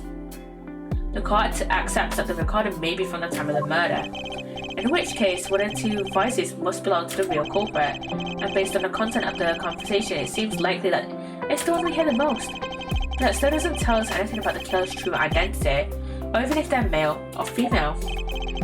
Due to the voice changes. Correct, unfortunate but unavoidable. One thing, however, has become clear. What? They're now able to say that the voices Miss Hart heard were those of Miss Finger and her killer. Just like I done told you they was. We can say something else now too. And that's it. That is, if you don't mind, Mr. Chairman. Do as you wish. According to Miss Hart, just before the murder occurred, two people came up to the storeroom from the committee chamber on the elevator. The ringleader and one of the auction attendees. It seems this was the point at which money exchanged hands. The murder happened immediately afterward, and the auction carried on after that. All of which points to one key fact. What else does this latest revelation tell us that the ringleader was the killer? Since the ringleader was the auction's sole auctioneer, then it follows that they cannot be the victim. Hey, Cavell. Not right now, Eustace. There's a good boy. And if they weren't the victim, then they can only have been the killer. A compelling argument, but hardly conclusive. I am fully aware of that, Your Honour. I was merely warming up for the main event. There were certainly traces left on the scene that seemed to suggest that the ringleader was the killer. Now please hurry up and show us. What is something that was placed on the scene that points to the ringleader as having been the killer? Maybe blood? Take that! The killer deliberately left a large chamber of blood at the foot of the goddess of justice statue. It was due to that blood that we originally thought the murder might have happened in this chamber, but it was simply a ruse designed to cover up the blood that had dripped down from the storeroom, in order to conceal the existence of the underground auction. Correct? Correct. If the culprit had nothing to do with the auction, they would have had no reason to cover up that blood, which further supports the theory that the ringleader and the killer were one and the same. And as to the identity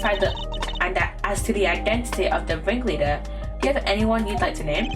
The auction is always held in this committee chamber with its storeroom location just overhead. Just so at the very least, we know the murderous ringleader has some connections to the committee. Yeah. And you suspect me, correct? As the committee's most powerful member, that should hardly a surprise, right?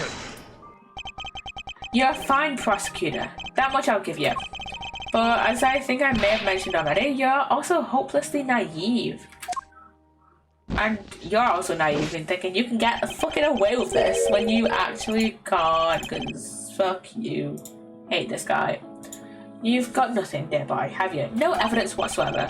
Unless you've got something to share after all. Do you have any evidence to show that Chairman Winner is the murderer? We don't. I just know that we don't. We don't have anything that links him. That's the thing. Because the voices that Lana heard were distorted using voice changes. They were all wearing masks. We don't have anything. Like, the evidence we have doesn't point to him. It was Chairman Winner himself who brought up the fact that I suspected him. And he seemed confident right from the get-go that he's untouchable. Which means he knows. He knows I have nothing. Well, Moss, bye-bye. Time to pay the piper. I've always wanted to say that. Verity, it's all yours. Wait, dang it, I just remembered something. How did you have amnesia too? Nah, it just came to me. Flash of inspiration, you know how it is. Very well, say your piece. Objection! What are you doing, Verity? Mr. Edgeworth has made it clear that he won't give up until every last look of hope has been extinguished. So extinguish we must, lest he try to drag us through this excruciating process again in the future. Yeah, what she said. I don't quite get it, but it sounded pretty cool. Don't worry, Dad, I'll help Gaval bring this to a winning finish. We'll show them how wrong they are. Fine. Let's hear what the witness has to say. You heard the chairman, Miss Hart. If you would be so kind. Alright then. Here goes nothing. The facts, Miss Hart, and nothing but the facts, please. Don't you worry your pretty little head on that front. I'm a journalist. Truth's my middle name. Call me officially worried. Yeah. So the ringleader's the killer, right? Which makes the victim one of the auction goers. Thing is, that don't add up. I counted 11 people coming down that hatch state. Then the murder happened, and then the auction started back up again. Now I had me a look back downstairs, but after that, no. Wouldn't you know it? There were 11 little duckies all lined up in a row again. How?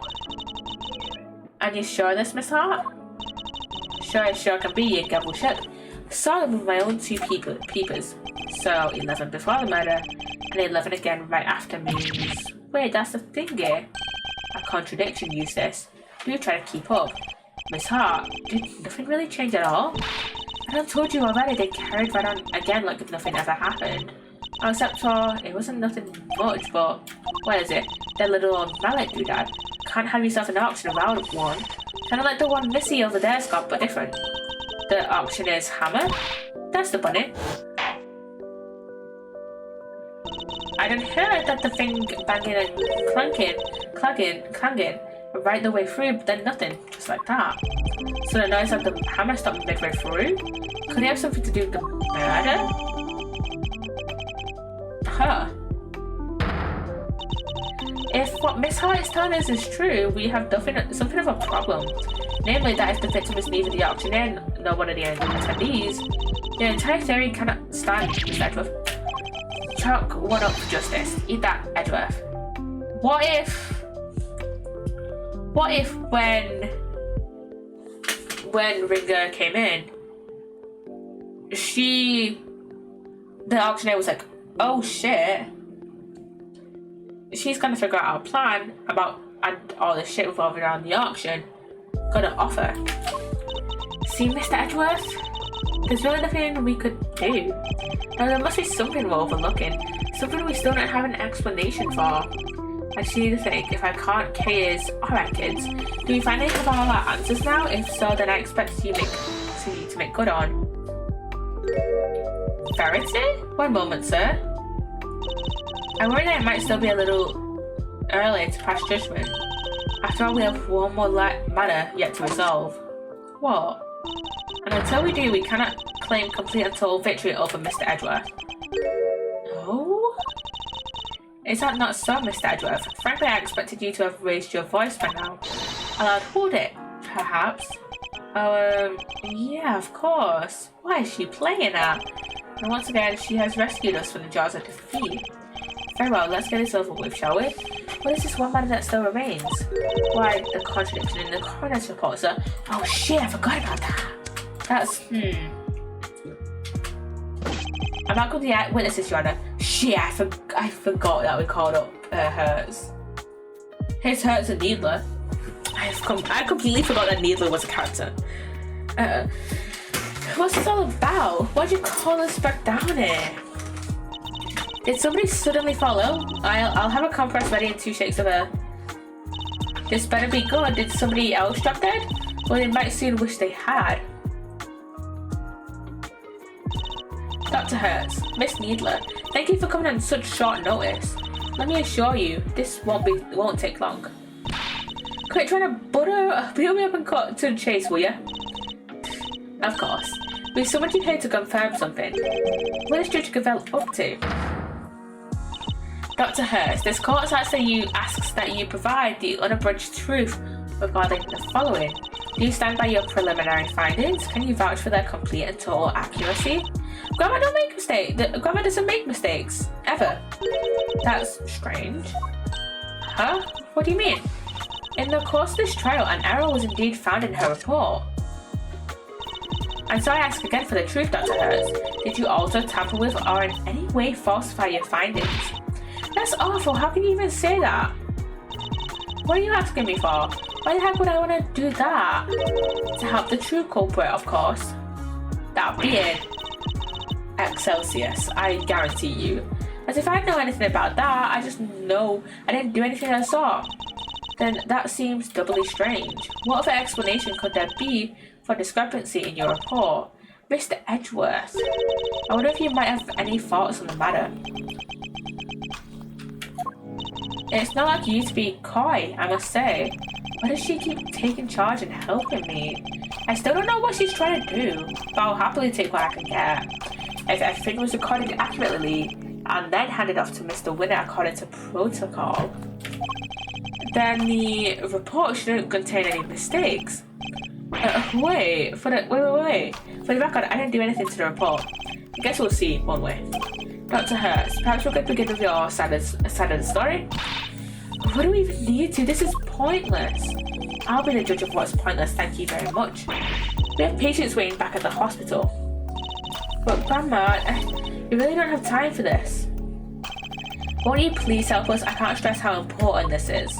Grandma says she'll testify, but could you please make it quick? If we're not back soon, people will suffer. And yet you had no qualms about taking your time and buying cotton candy the last time we saw you.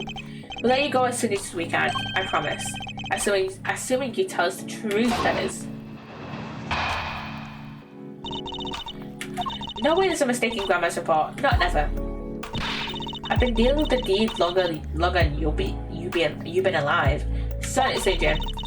Me writing something wrong is about as likely as. And what the heck do you think I'd stand to gain by doctoring a file? Don't make a lick of sense.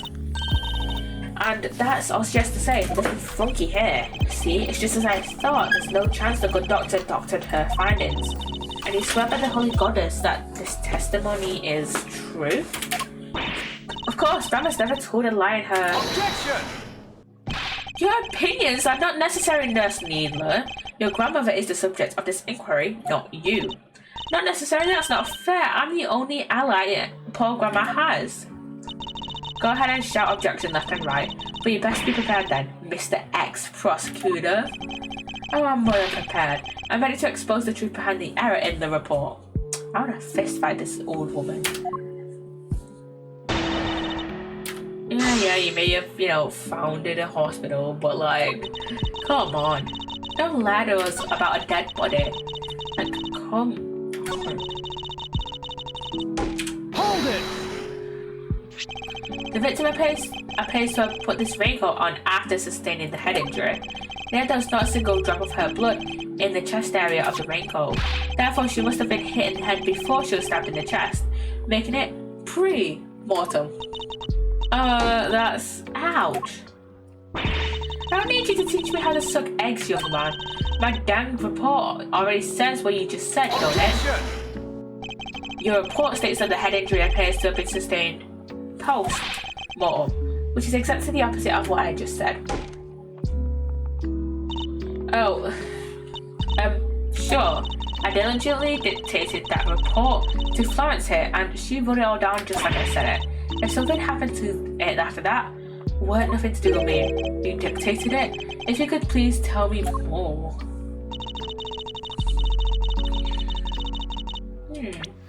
Yeah, sure. Where's our corpus of findings? Objection! Dr. Hurst, I'd like you to take a look at the report for yourself. Oh, I'll read it to you. Ouch.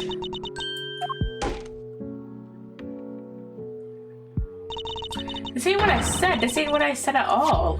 What? What do you mean exactly? She's fighting back? I don't know. But I can't say that. Say it. Miss Needler, if you are attempting to bury Dr. Hertz's truth, I will gladly hear her confession myself on behalf of the Goddess of Justice. Dr. Hertz seems to be telling Judge Cavell something in private. Oh, I see. Very well. Allow me to relay to everyone what you have just told me. I ain't no doubt about what I said. I dictated my findings to Florence just like I told you I did. The fuddle-headed young fake must have wrote it down wrong or something. Oh, that was a great impression. Yeah, but was it really necessary? So in summary, there is an error in the report. And it was all because of you, Nurse Needler. Come on, Florence. The true facts have now been shown to be that the head injury occurred prior to the chest wound. The question now, Miss Needler, is why did you introduce such an error? Just a minute, Verity. You make it sound as if the poor girl did it deliberately. Maybe she did. Whereas it seems to me she just made a little mistake. Pre-mortem, post-mortem, they're practically the same word, don't you think? Except they mean two completely opposite things. This was deliberate, no doubt. But why would she want to change it? Exactly. Thanks. You'll get away that easily. Explain yourself, young lady. But Grandma, you submitted a falsified report, and that led to Kay being accused of murder. You owe us an explanation. But I can't tell you. No, don't want to, but can't? This is really rather unpleasant, don't you think? I'll get up on this poor, considerate girl who's only looking after her grandmother. She has nothing to do with anything. She simply made a one tiny mistake, so why not leave it there? You'd like that, wouldn't you? I had 5 minutes, by the way. Because the only person her testimony would hurt is you. Huh? What on earth do you mean, my boy? Seeing as you're now a de facto ex-prosecutor, you're going to need to explain yourself better than that. I'd be happy to. I'll even spell it out for you. Nurse Needler's role in this crime is very important because she's a co-conspirator. Nurse Needler doctored the report in order to cover for her accomplice. Oh, so she's a co-conspirator, this innocent young thing, yeah? Do share your grounds for making such a wild accusation thereby. The murder could have been committed by one person working on their own. About at least two people, it wouldn't have been possible to maintain the attendee numbers. If the auctioneer was the murderer and the victim was one of the attendees, the fact that our witness testified to be there being 11 attendees even after the murder doesn't make sense. Hey, watch it, you'll come a good word into question now too? No, that's not what I meant. In fact, it's quite the opposite. I'm taking you at your word, which means there must be a co-conspirator.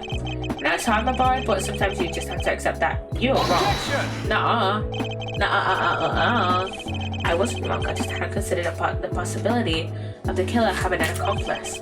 But as soon as we do, things start to fall into place.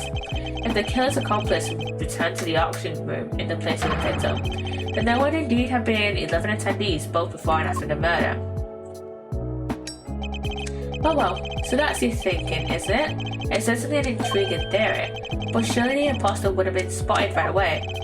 I don't imagine that Nurse Needler looks strikingly different from the victim in build and stature. With the help of a mask, she could very easily have replaced Miss Ringer without anybody noticing. Well, Nurse Needler, is that what happened? Did you take the victim's place at the auction?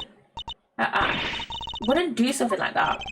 Now tell us, the ringleader, who were they? I can't tell you, I just can't. It hurt Grandma too. Ow. But Grandma, don't you worry about me. I can take it. You just tell me everything, child. But Grandma, stop bullying your grandmother. So I was right. She was an accomplice. Miss Needler, why? Well, Miss Needler, can you explain yourself? Yeah. Huh? Oh, thank you, Grandma. I'm all right now. I confess it, I changed places with Miss Ringer. So you admit that you were working with the ringleader? Yeah, I was helping them. I don't know how, but they found out Miss Ringer was going to attack them. The couple was going to be attacked by the victim. They seemed pretty sure it was going to happen that night, so they made a counterplan. They wanted to strike first, then they wanted me to help them. I was told to go to the storeroom before the auction began and went there. Now hold on right there, Missy. I didn't see nothing. My eyes don't lie. If you had been there before the auction, I would have bumped right into you. I was there the whole way through and you weren't there for a bit of it. But I'm not lying. Well, that's easy for you to say. But you were lying about altering the report only a few minutes ago. I think we're all very well aware of the number of potential hiding places in that storeroom. Are we? But exactly, you're trying to say that our friend the nurse was hiding. Nurse Needler hid here while she was waiting for the storeroom. While she was waiting in the storeroom, even. Take that! The closed box, maybe? She had hid inside this closed box, and my glasses are. I mean, fuck, I need to clean them. Oh, she did. Did she? Huh? Well, it was there the whole time, even before I moseyed in. But like I told y'all, I don't have them chains around it. I wanted to hide in there myself, really, but it was locked up tight, so I had to go elsewhere. I imagine that's because Nurse Needler was already lying in there by the time you arrived. That's right, we didn't want anybody to open it, or it would have really blown our cover. So the ringleader told me to climb in and wait until it was time for my plan. And then they wrapped the whole box up in chains. I think they took the elevator downstairs not too long after. It was just before the auction was due to start. So as the auction was beginning, you and Miss Hall would have been the only people in the storeroom. Yeah, I think so. The auction proceeded as it always has, until a certain customer came upstairs to complete her purchase. That was when the incident occurred. Miss Hart overheard the victim and the culprit exchanging words around them. You betcha, I decided to see a better way. I was behind that statue there, shaking like a downed leaf the whole time. In the middle of their quarrel, Miss Ringer was killed by the auctioneer. I'm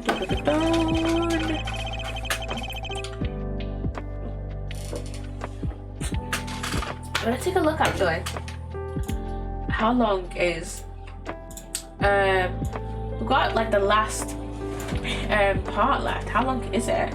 We've got one rebuttal, and that's like, and then we've got like the end of the case, and that's like it. Because we had after that our next part we have talking about for the ages, which let me see. Okay, that has 5 parts. My camera's gonna be laggy as hell, but whatever. Okay, so the first part doesn't look too long. We've got another part here, and that doesn't look too long. Maybe 2 parts of stream, and then we can do the last stream as like one stream. So Yeah, so yeah, we can do that.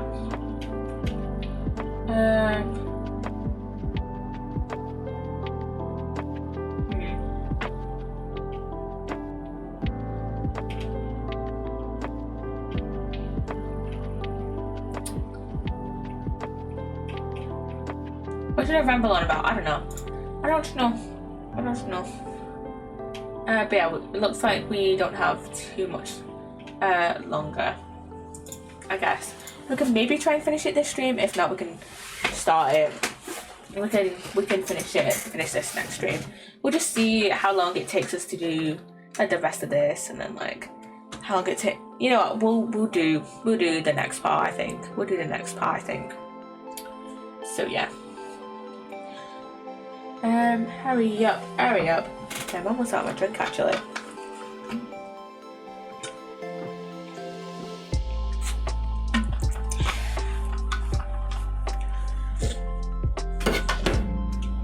Hurry up. I wanna do this too, you know. Get rid of pre-rolls. If there was a way to change the type of ads as well, that I would stream, I would totally do it.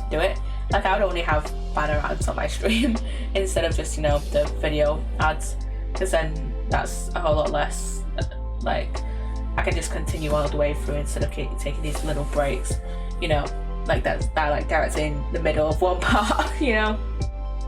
So yeah, and the ad is almost done. Welcome back from the ad, everyone.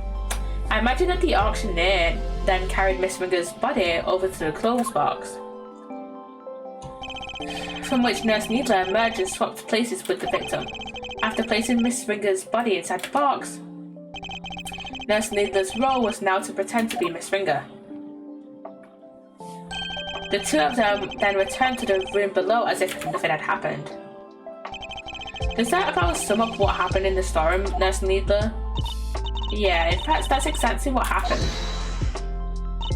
Hold up, so you just waltzed right back on in and nobody noticed? This is two completely different people we're talking about. You're telling me not one or the other folks down there at the auction cottoned on? Why would they? The other auction goers had no reason to notice the difference when Nurse Needler entered because she had stolen the victim's clothes. As we've seen, Miss Ringer and Nurse Needler are about the same build. What's more, the auction rules required attendees to wear the masks at all times. If Nurse Needler was wearing the same clothes as Miss Ringer, nobody would have been any the wiser. No, they weren't. I borrowed Miss Ringer's clothes and left the poor child in her smalls. Have you no respect, girl? No, Grandma, I felt the same thing. It wouldn't be nice to leave her like that. So when the ring cleaner wasn't looking, I put that raincoat on her. So that's how Miss Ringer came to be wearing it. Thus the auction was able to carry on as before. Guess the part where I caught the red raincoat on a film came just after. Yeah, it must have been then. It all makes sense. And right after then, that was when I went on over and looked downstairs through the gap in the elevator. Surprised me 11 happy little auction goers, and then back I snuck up to my little hidey hole. Don't tell me that you were hiding back there the entire time after that. Well, that is not exactly... What is it? Did just something happen? So maybe I ought to have mentioned this before, but I fell asleep for a few weeks after that. Well, passed out, unconscious, you might say. What happened? Oh, nothing much. Kind of silly, really, but there was a sudden loud noise and it startled me just a little bit, you know. Alright, maybe more than a little. But I just witnessed a murder. Can't blame a girl for getting jumpy. Guess that got my heart shook and my head faint. Before I knew it, I was out like a lion. By the time I came to, it was the next damn day and they all were clanging down that ladder.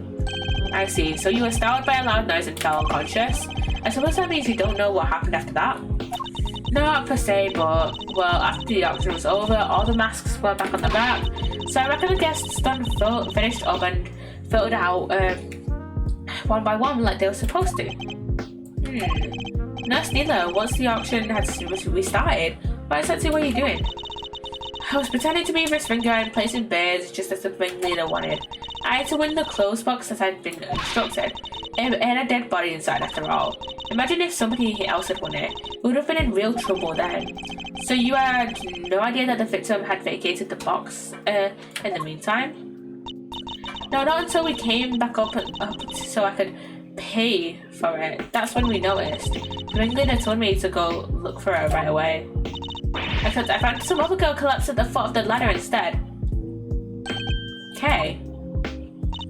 Yeah, she must have fallen from up on the roof and been knocked unconscious. Guess the victim must have left that hatch wide open, huh? That would explain it. Kay would have been so shocked by seeing Miss Ringer fall motionless right in front of her that she would have seen the open hatch and fallen right through it. Oh, okay.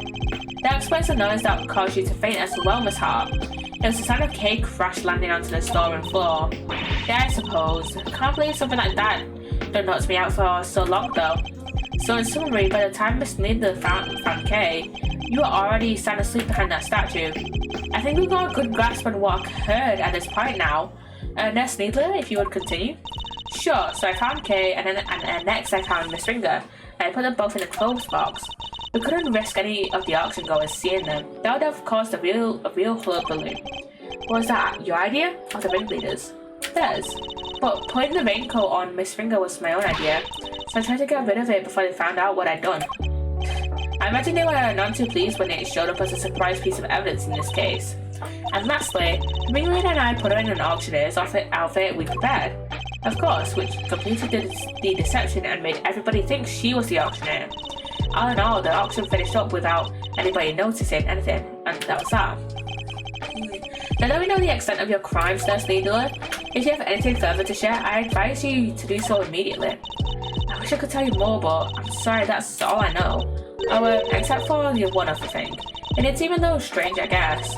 When I was borrowing Miss Springer's clothes, I took everything I could, but I couldn't take her hair, obviously, so ouch. You're damn right you couldn't take her hair. What kind of medical professional are you? That's where you draw the line, so taking her clothes was okay, but our hair was totally different. The style, the length, everything, and I kind of panicked. But the ringleader saw of everything, including wigs. 2 of them, in fact. There was a straight one and a wavy one. They were both stashed in the clothes box. 2 wigs? But why? Right? I wondered that too. I thought maybe they were worried she might have changed up her style. Anyway, I took the straight one. And that was the one that matched her hair on the day, leaving a wavy wig in the box. Okay, that's weird. And that's everything you know? There's nothing else you're forgetting? No, huh? No, really, Mama, that's everything. And I take it that you really have no idea who the ringleader might be? Sorry, I only know that they were in charge of the auction. I didn't see them without that mask on, and they were pretty careful to keep their identity a secret from everyone. If I can't say something concrete on them. Well, Miles, are we about done? You've proven the nurse was a part of the murder plot, but sadly for you, it doesn't change a whole lot. Because it does nothing to prove that Kay Faraday isn't the ringleader, and justice must prevail. We can't change the law, even for your sake. Is this it? Am I not going to be able to save Kay? Objection! What? Francisca? Francisca, what are you doing here? As I told you before, Miles Edgeworth, where the case leads, I follow. Your dedication is an inspiration to us all. Don't get going the wrong idea, little brother. I'm only here to deliver the truth regarding the suspect. I'm certainly not here to forgive you. For abandoning the way of the prosecutor, I understand that. You should thank your former subordinate for what I'm about to share. In his desperation to help Kay Faraday, he gave me a valuable piece of information. Detective Gumshoe did that. Prepare yourself, Miles Edgeworth, for the final piece of the puzzle. Rosie Ringer's head wound was the first of the injuries she suffered, not the second. We know that. Well, someone say something. Yeah, there's no easy way to say this, Francisca, but we already proved that ourselves. You what? Yeah, just a few minutes ago! But why didn't you say so sooner? Because we didn't know that was the info you were about to share. You didn't exactly give us a chance. And I suppose you know about the murder weapon too? No, not yet. Good, then listen up. The victim was struck on the head with a blunt object bearing a circular surface. And the wounds to the chest were actually inflicted post-mortem. A circular surface? Like an auctioneer's hammer. Like a devil. And you're certain of that, I assume? Your sources are above board? Two trusted medical professionals reached the same conclusions independently. You couldn't ask them all. That's certainly good to know. Unfortunately, you're overstepping the bounds of fuck you. Of what? I'm the prosecutor in charge of Interpol's investigation into the underground auction. And this murder occurred during that auction. It would be negligent of me not to pursue the leads pertaining to related parties. Especially the victim. My, you've really become quite a force to be reckoned with, haven't you, my dear? Then all parties are in agreement. The victim died from a blow to the head. Sadly, the murder weapon itself has yet to be identified. Based on the shape, I might have an idea or two. But guys, I didn't set up any other weapon during my investigation. And yet, one only needs to think about the setting and an auctioneer's tools, and the answer should be obvious.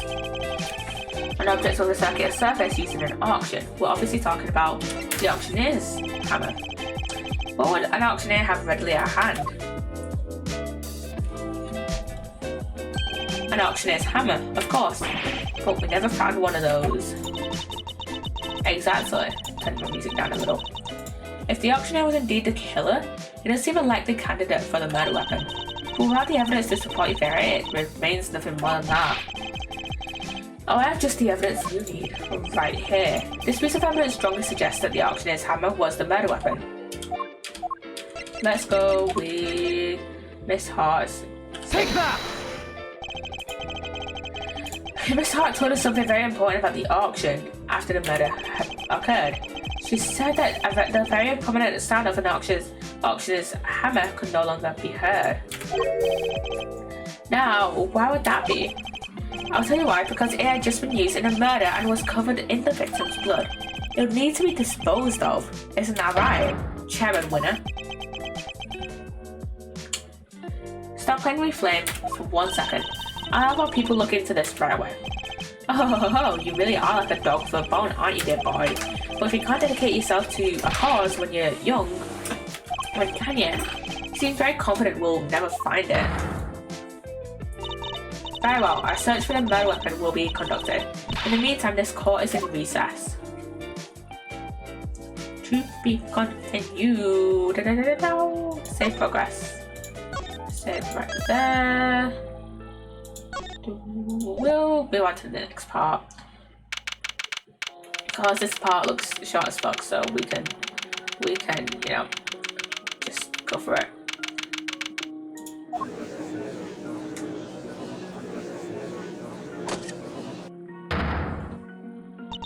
Silence in the courtroom, please. Miss Von Karma, if you would be so kind as to update us on the progress of the search. It's not good news, I'm afraid. The entire big building has been searched from top to bottom, and no auctioneer's hammer was found anywhere. What about related people to this case? That is bad news indeed. Then we have no choice but to move ahead with the verdict. Such a terrible shame. But I suppose only a fool would have left the murder weapon behind. It's certainly not what I'd expect from a first-rate criminal mind. And there's just not enough to work with here. I can't carry us any further on my own. There is really a tragedy, but such is life, I suppose. I was just thinking back over the defendants I made plea deals with over the years. People who poured their hearts out to me, who trusted me with every detail of their crimes. And then when it came to their sentencing, I recommended life in prison every time. You monster, for every single one. Oh, if only you could see them. The stupid, dumbfounded looks on their faces. The verdict will now be passed. All present will accept the goddess's word as law. There's nothing more I can do. Kay and I are both... If only we had some proof. I never imagined I would be passed in judgment on you under such circumstances. The end of the road, huh? By the power vested in me, Excelsius Winner, this court hereby indicts you for your crimes? She isn't on our side after all. What? I knew it. What on earth's gone into you, Verite? I submit for the court consideration the case file of a certain incident, namely the IS-7 incident, a murder that took place 18 years ago. What does that file have to do with? Wait, you mean your late night visit to this chamber? That was to precisely. I came here to retrieve these documents. Though sadly, it would seem that I arrived too early to catch the auction itself. Sadly, when we spoke of the matter before, I implied that I had come to retrieve files pertaining to your own case. You'll have to forgive me. That was a ruse to buy myself more time. Okay. What does IS-7 have to do with this? You just said that last week. What the heck are you doing, Gavel? You can't just accuse my dad without proper grounds. It's defamation. An excellent observation, Eustace. It is? And of course I have the grounds to make such an accusation. 18 years ago, Mr. Manfred von Karma had some details about the victim's body fabricated. Details he was forced to fabricate when the sculptor Artie Frost's body went missing. My papa fabricated information? What is the meaning of this? Does she not know? Does she not know? Because this is like common knowledge, but like, does she not know? Ian Steinman, the detective originally assigned to the case, did in fact report that the body had gone missing. However, it seems that someone wasn't very pleased with Mr. Markham and deliberately withheld that information in order to bring him down a few pegs. What? This individual refuses to allow anyone to go against their wishes or to challenge their power, and are known to go to extreme lengths in order to bring those who defy them to heel. 18 years ago, they were no different. In fact, they even ordered Dr. Hertz to create a false autopsy report for the IS-7 incident. What? She was responsible for the fake report? I'm sorry, what? Wait, you have to understand, Grandma, she's not a bad person. She had to do what he said. She didn't have any choice. He? The person in question was the chief prosecutor at the time. Excelsius winner. The chief prosecutor 18 years ago? No. The man who gave Papa the first penalty of his career. And the only one he had. Excelsius winner, it was you. Objection! What are you all talking about? My dad would never do something like that. You're still defending? Overruled. I'm sorry, Eustace, but your opinion on the matter is not needed here. Well, Chairman Winner, do you have anything to say for yourself? All that nonsense with the body, that was Manfred's doing. Such a willful boy. And the fake autopsy report? Hilda, how could you? I can't believe you naughty kids would do such dishonest things behind my back. Behind your back? You ordered them to do it. We could just ask her why she did it. She is standing right over there after all. Oh my god, can't she's... Grandma, I'm sorry. I knew that's why. Right, exactly. If I didn't, everybody would have found out about what you did. They said he was going to charge you if I didn't help them with their plan. They said he would. I just had to do what the auctioneer said. So you were coerced into it, weren't you, Nurse Needler? And just to be clear, the auctioneer was Chairman Winner? I'm sorry, but I honestly don't know. The person who forced me to help them was the auctioneer, and they definitely looked to be about the same build as the chairman, but I never saw their face. Lana the Legend! Hello! Thanks for the raid. Hello. How's your stream? How's your stream? How was it? Hello. How was it? I need a stretch, actually. Hello. I need a stretch, actually. God.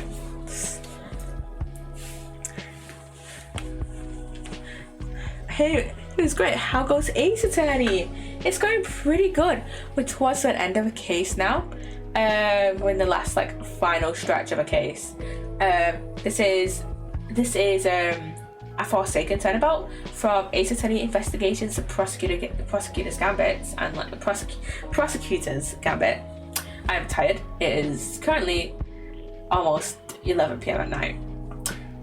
But yeah, so spoilers, but basically there was a little kind of patch notes, not patch notes. What am I thinking of? Kind of little summary.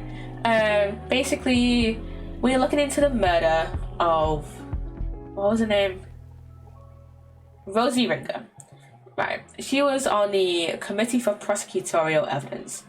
Not evidence. Excellence. Committee for Prosecutorial Excellence.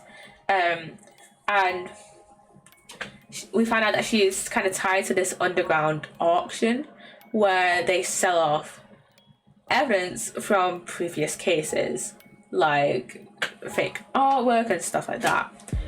And she got murdered like in the middle of this like auction in like a storeroom. And so we are trying to find out who the real murderer is, because everyone has been suspecting our friend Kay Faraday. But the thing is, we can't just ask Kay, hey, did you do it? Because Kay has amnesia. She can't remember anything that happened before her injury occurred, before her amnesia occurred.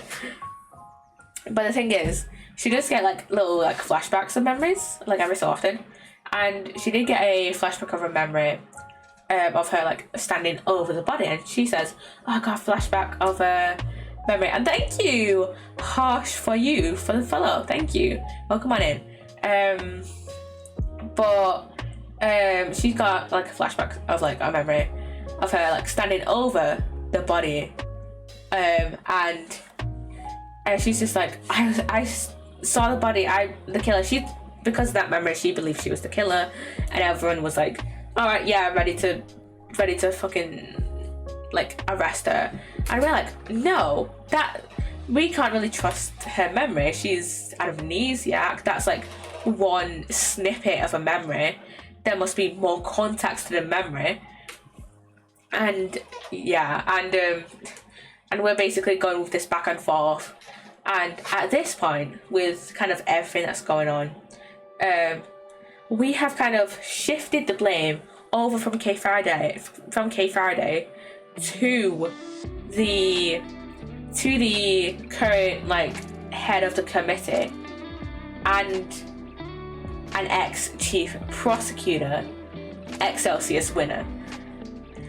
So yeah, and Verity Gavel, who is kind of like the judge on this case, for the longest time, she's been working against us. But probably in the last hour, she has shown that she is actually kind of on our side. And for like the first like half of this case, she's been like, oh yeah, Kay is guilty.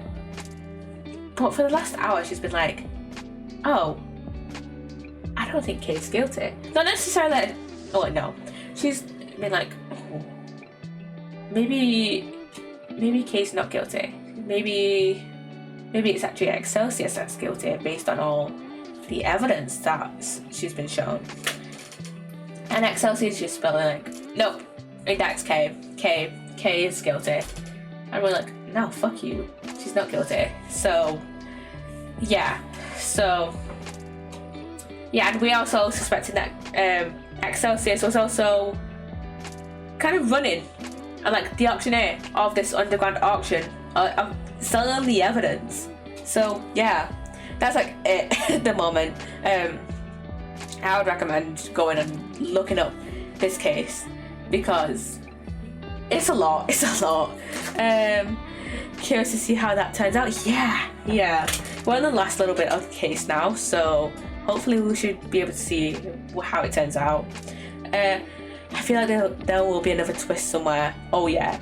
I feel like there's going to be another twist concerning with Verity and Eustace and how and what's been going on with like their relationship to Excelsius. There's got to be something there. Well, there must be something. Any detail, no matter how small, will do. Oh wait, their mask didn't cover their whole face, and the part that wasn't covered had a tattoo on it. I remember that much for sure. A tattoo? Oi, Excelsius, shave your beard. A tattoo? It's shave your beard. This all sounds very dramatic, but I don't really know I really don't know what you're talking about. There's no tattoo anywhere on my face. I think I know if there was one, wouldn't you? Spanky double raid! Oh my god, thanks for the raid. Thank you. How was it? How was your stream? How was it? How was it? Hello. Hello, hello, hello. Hello. There's a tiny Spanky raid. Yeah! We love a Spanky raid around here. No, good time. I'm glad. I'm glad. I'm glad. Just doing a little bit of Ace Attorney. We're currently on a Forsaken turnabout. I'm from Prosecutor's Gambit, the second Edge of Investigations game. Basically, I just explained this to the folks that came in from Lana's raid.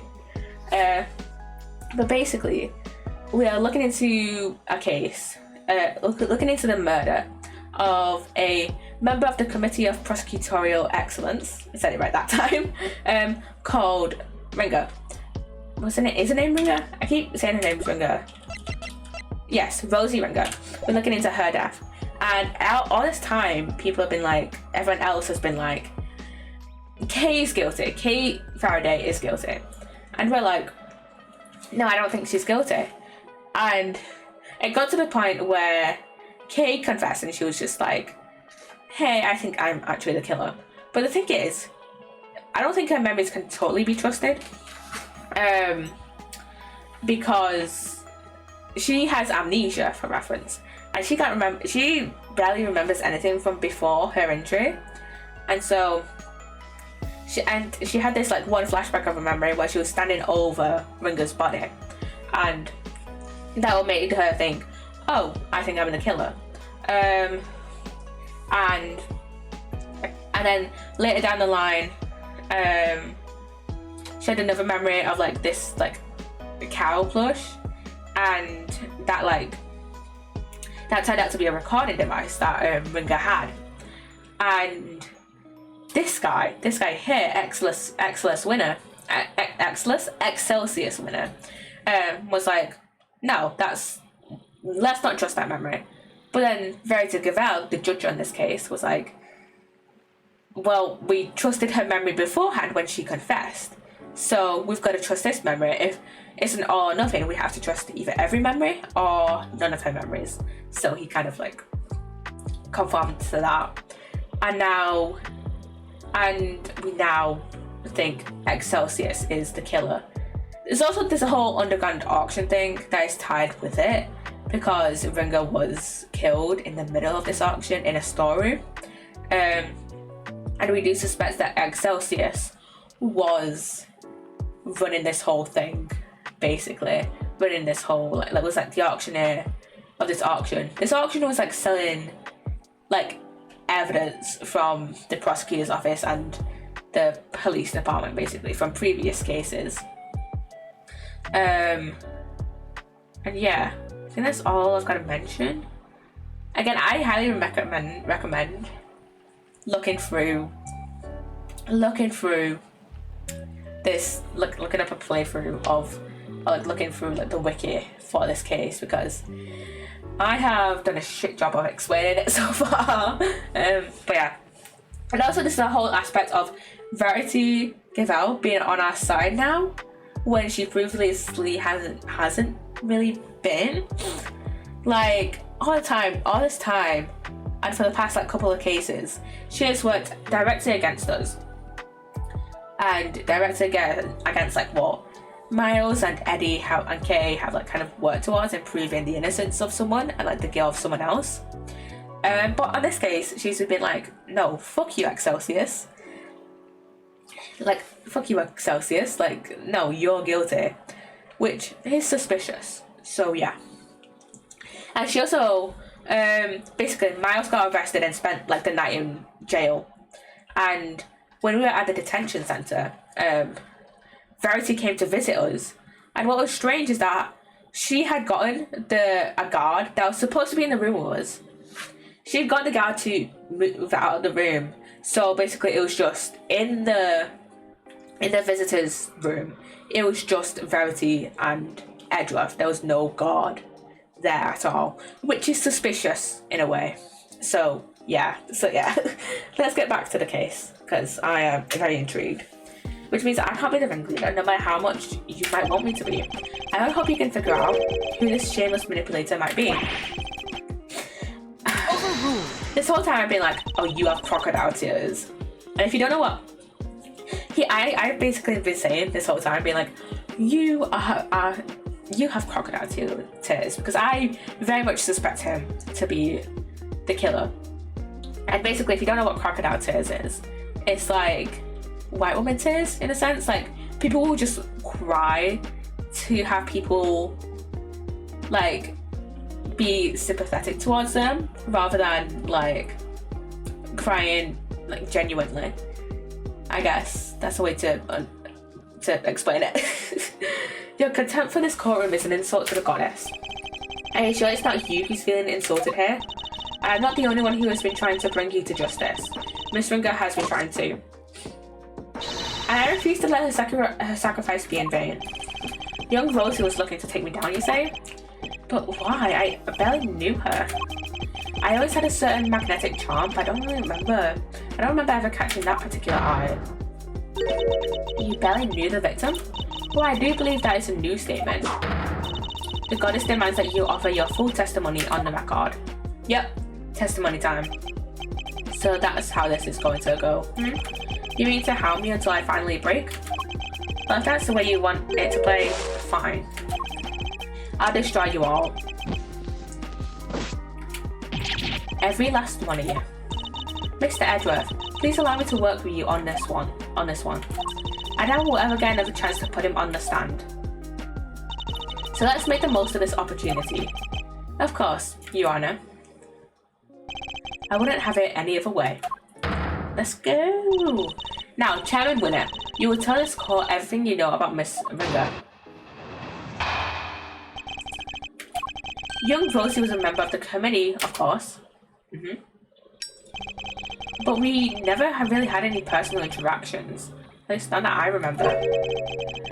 I had no motive to murder that poor girl whatsoever, and I have absolutely no idea why she was after me. Yeah, so you don't mean to accept your part in any of this? Of course he doesn't. He isn't guilty. How could he be? He's my dad, the winner of winners. It's very kind of you, Eustace. But you'll need more than mere words if you plan to cover for me. Right, you got it. I won't let them pin this on you. I believe in you, Dad. You'll beat Edgeworth. I know you will. Yeah, you really are such a sweet, simple child. He really loves his dad, but that's no excuse for him to ignore his father's crimes. I mean, did she? I don't remember. I don't remember if she ever, like, kind of... No, she wasn't in Tell About Goodbyes, so...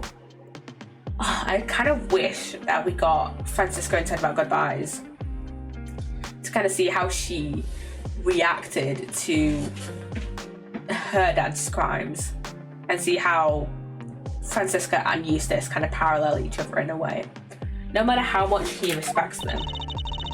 But also, earlier in the case, earlier in this case, she didn't know the extent to Manfred's crimes, because, I mean, she obviously knew that he killed Gregory Edgeworth, but she didn't know about, like, his falsified evidence and shit like that.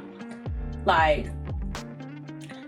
I think Verity brought it up, because she brought up the IS-7 incident, and brought up how, like, there was a falsified, autopsy report, for example, and Francisca didn't know any of it. She didn't know that he falsified shit, which is interesting. Regardless of their station in life, all criminals will be made to atone for their sins in time. This won't be easy on Mr. Winner, but it has to be done. We can't let his father get away with this. Okay. I've completely forgotten what he said. I doubt that they didn't have any personal interactions. Let's press that. Elaborate on that. So you're saying you barely knew the victim at all? That's exactly what I'm saying, but my boy. Yes. Well, I never even knew about that burn mark on her hand. You didn't? I mean, what's the point? You get to know someone, but before you know it, they're gone. It's become such a pain to remember things about others. They're here one day and they're gone the next. Yeah, because they dare to stand up to you and you make them disappear. If you could please add your remark about the victim's burn to your testimony, Chairman Winner.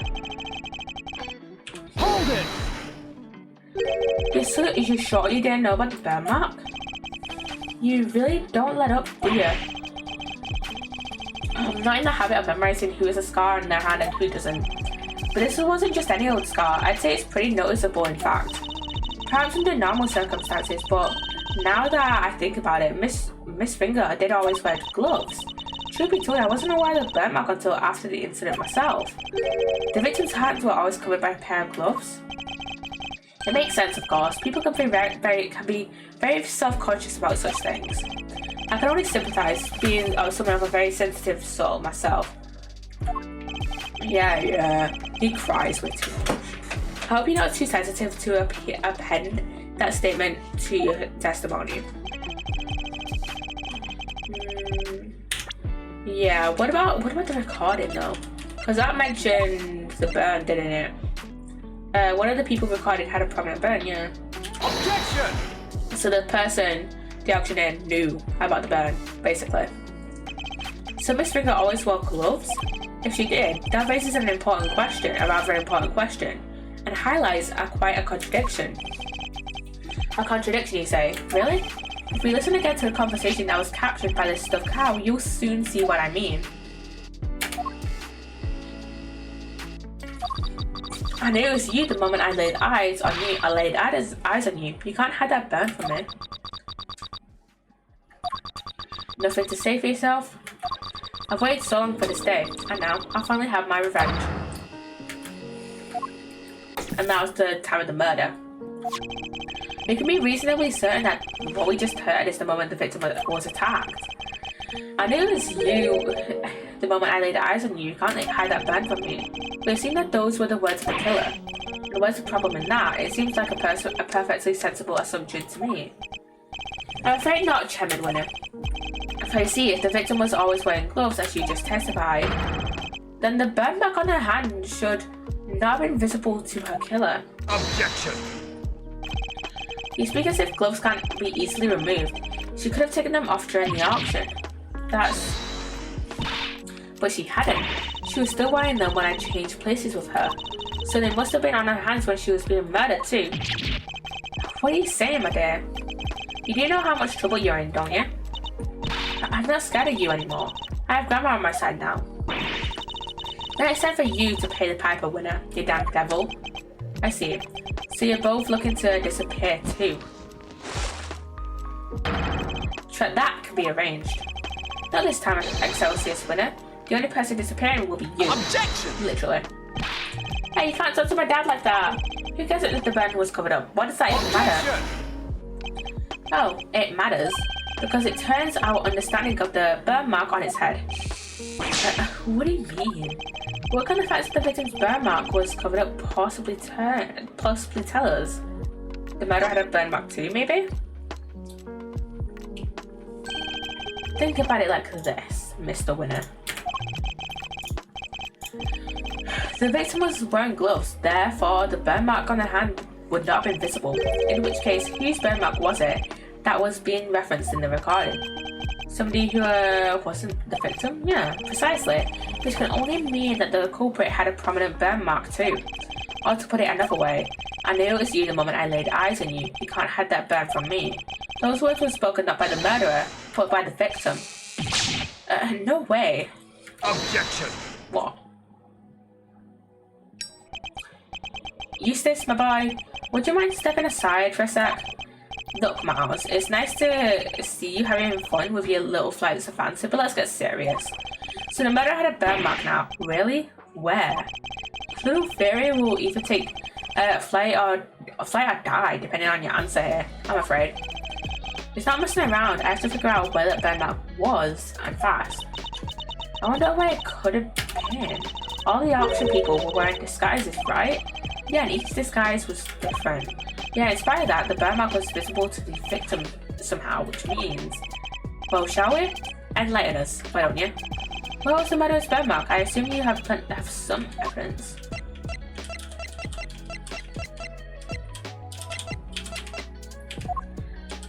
I don't know. Also had a tattoo on the part that I faced the mask didn't cover. Maybe that tattoo was actually the burn mark. Here's my evidence. The outfit the ringleader was wearing throughout the auction. However, the outfit you were wearing, Chapman winner. And what exactly is that supposed to tell us? Objection!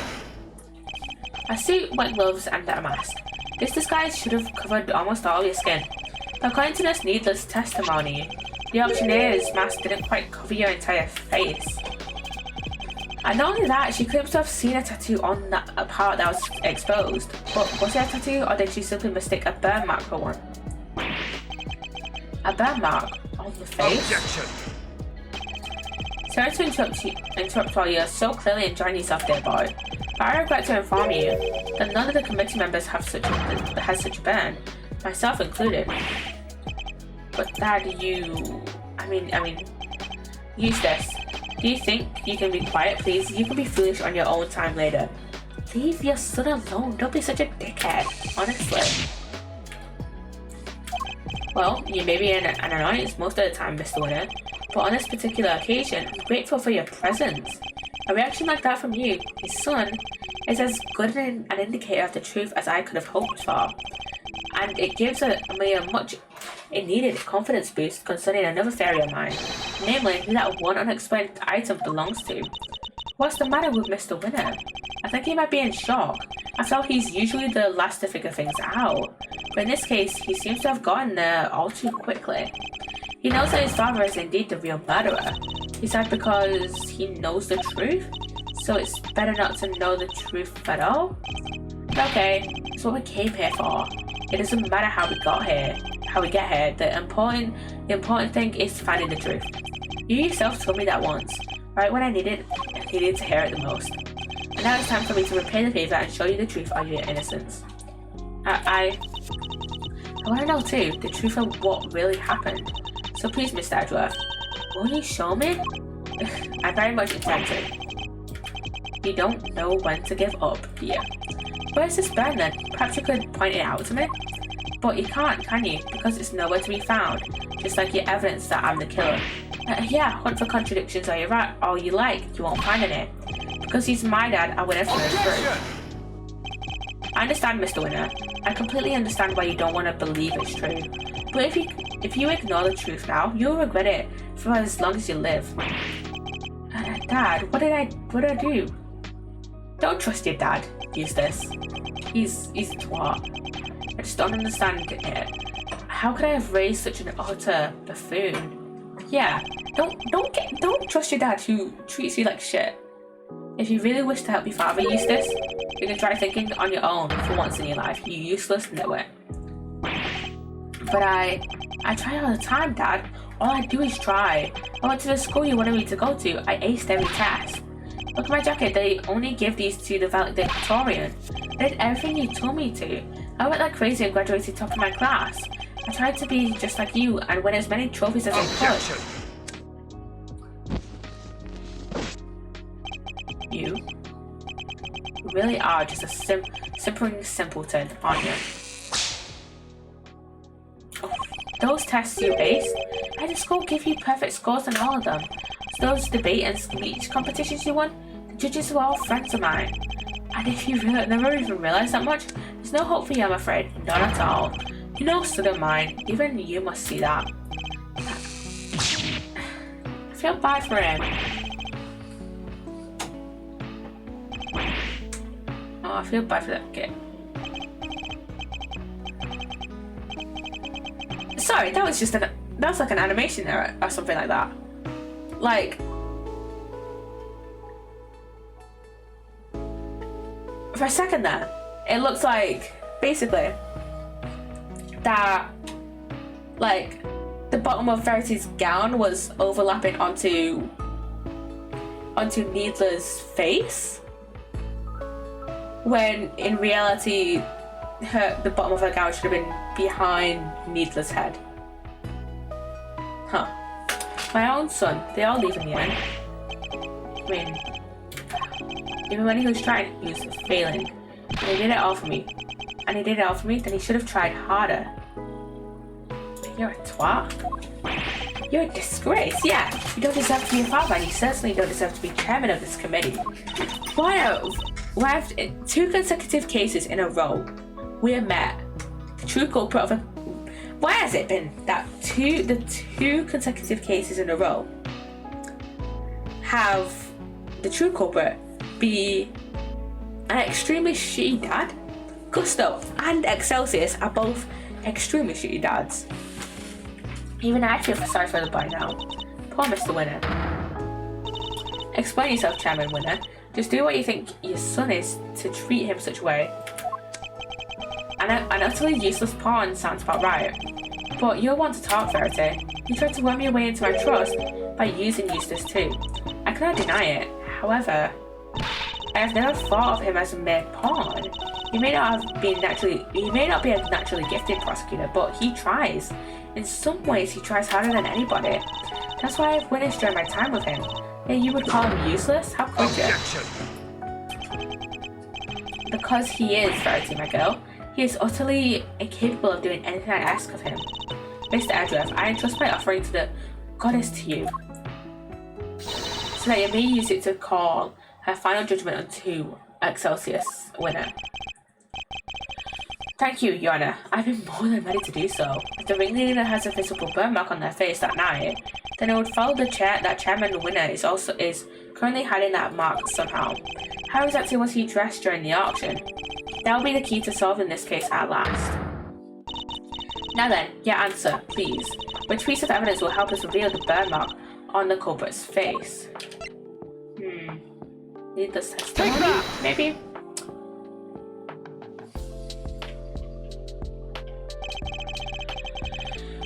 Recall Nurse Needler's testimony, if you will. There was one thing we never quite resolved. The second wig. The one that wasn't used at all. I seem to remember it being wavy?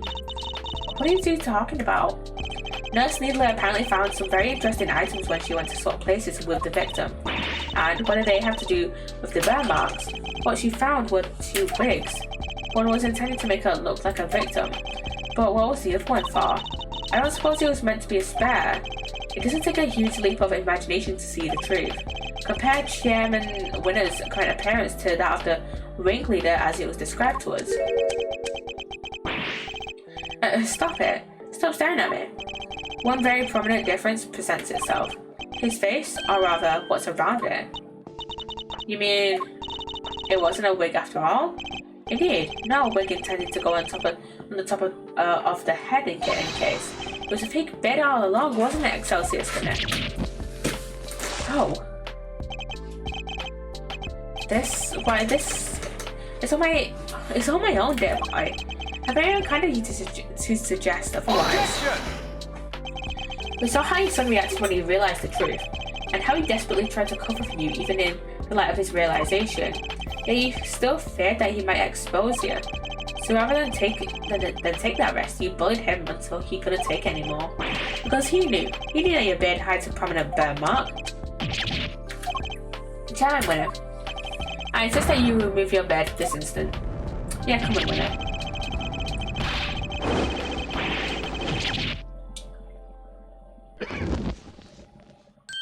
He just looks like a loser, doesn't he? There it is, the burn mark. Mr. Edgeworth, for bringing evil to justice before the eyes of the goddess, you have my thanks. No, thank you. I couldn't have done it without you. Excelsius Winner, in the name of the goddess, I hereby pronounce my verdict. In the matter of the murder of Miss Rosie Huringer, this court finds you guilty. Woo. Okay.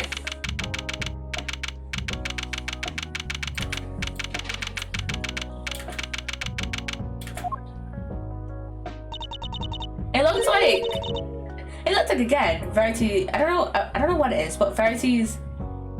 For a second there, I was just staring at like the bottom of Verity's skirt because it looked like it was slightly clipping over Kay's hair, and it was annoying me so much. I was just like, what the? Is that actually clipping of a case hair? Or is that just how her HD model hair looks in those little chibi farms? I don't know. Mr. Edgeworth, I can't thank you enough. You never gave up on me, even when I gave up on myself. That was very kind of you. There's no need to thank me. As a prosecutor, ex-prosecutor? No, as a friend, it was the least I could do. Mr. Edgeworth, rejoice. I've learned that Chairman Winner has been safely delivered to the detention center. The search for the missing auction hammer continues. However, we are talking about Chairman Winner here, so it's highly likely that it has already been destroyed. In addition, there is one other matter I must inform you of. The chairman has made a strange statement. According to him, the letters were not part of his plan. What? How could that be? Oh shit, I forgot about the letters. He claims that he and Miss Needler found this letter on Miss Finger's person. And that they then found a second letter on Kay's unconscious body. In the contents, the letters seemed to once of correspondence. So he leapt to the conclusion that they must have been working with each other. That's quite the conclusion to jump to. As he read the letters, that's when he came up with the idea to frame Miss Faraday for Miss Finger's murder. So he decided to place the victims in a very conspicuous place. Namely, in her left chest pocket. Sounds to me like he's just trying to make excuses for himself. Yeah, I certainly thought the same. Perhaps it was some sort of last-ditch ploy on his part. But it matters not. He will answer to the goddess now. And under her scrutiny, such strategies cannot hope to succeed. He will never escape justice. And with that, one of the duties with which I have been entrusted with is complete at last. Judge Cavell, before you go, can you tell us what you know about how Chairman Winner came to murder Miss Ringer? There's more there, isn't there? Yeah, and I suppose you have earned the right to the whole truth. Miss Ringer once had a lover, a press photographer. He was investigating the underground auctions as a freelance journalist. Before he could uncover the truth behind the auctions, he was disappeared. Murdered, basically. All Miss Ringer was left with were the memories and personal effects of her lover, and so, seeking revenge on Chairman Winner, she made her appearance at the auction. Unfortunately for her, her opponent struck first. I see. So that's the story behind this case. While the goddess does not condone acts of wanton vengeance, Miss Ringer's actions have exposed Chairman Winner's crimes at last. So that was your real goal. You were tasked for exposing Excelsior's Winner and the corruption at the heart of the committee. Does anyone know what happened to Mr. Winner? I'm afraid I haven't been able to get in touch with him. Do you have any idea why? Probably because I wasn't there for him just now when he needed me most. Oh, I really feel bad for him. Well, don't pity him too much. At least he knows the truth now. And no matter how hard it might be, he'll need to learn to accept it.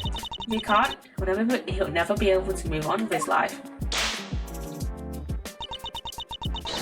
Trust me. Yeah. A father's influence isn't easily erased. By the time he can hopefully try and change his ways. You're right. You've gotta be. Can I change too, I wonder? Can I move on with my life? Okay.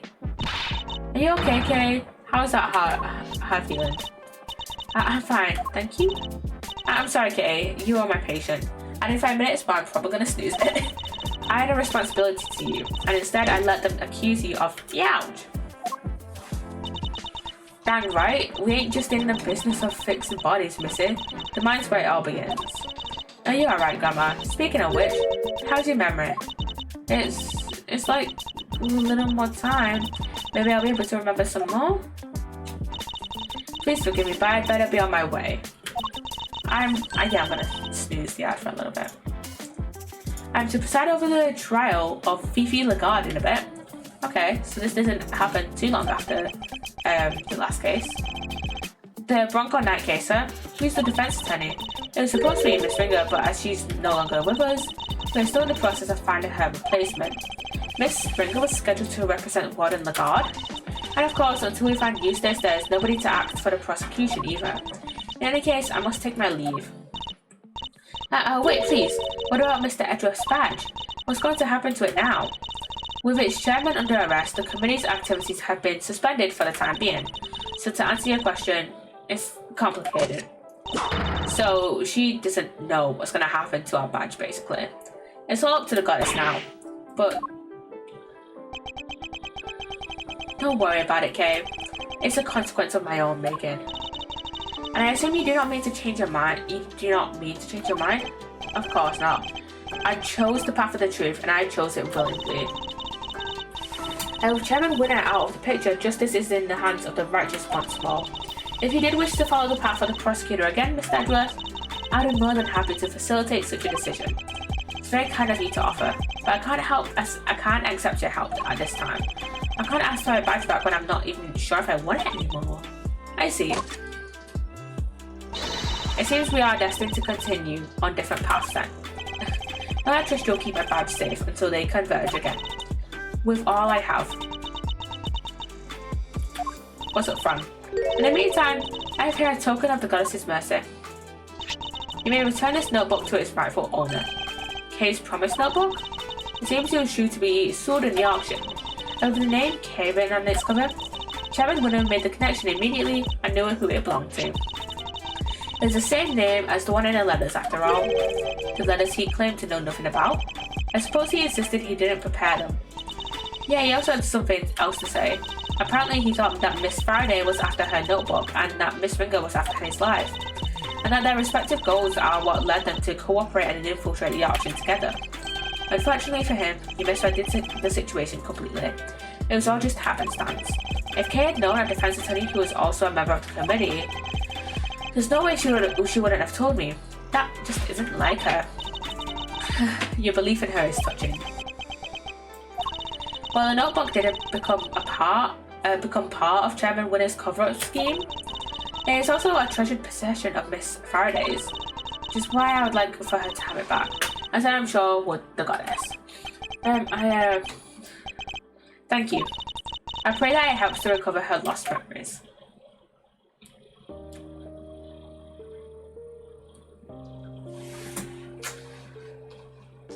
No.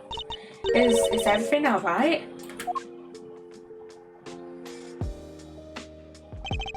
Judge Cavell wanted me to return something important to you. No. Isn't that... I always greet people with a smile. Even people you don't know. Never cry in front of strangers. Daddy, I wrote them all down, Daddy. Yeah, I'm going to keep all my promises and be a real hero when I grow up, just like you. Oh wait, I forgot to write one down, the most important promise of all. Promise number 5. Always try your hardest to learn about things you don't understand. I remember just how you said it, and now I'll never forget it. No. Always try your hardest to learn about things you don't understand. That's right, I have to try. I'm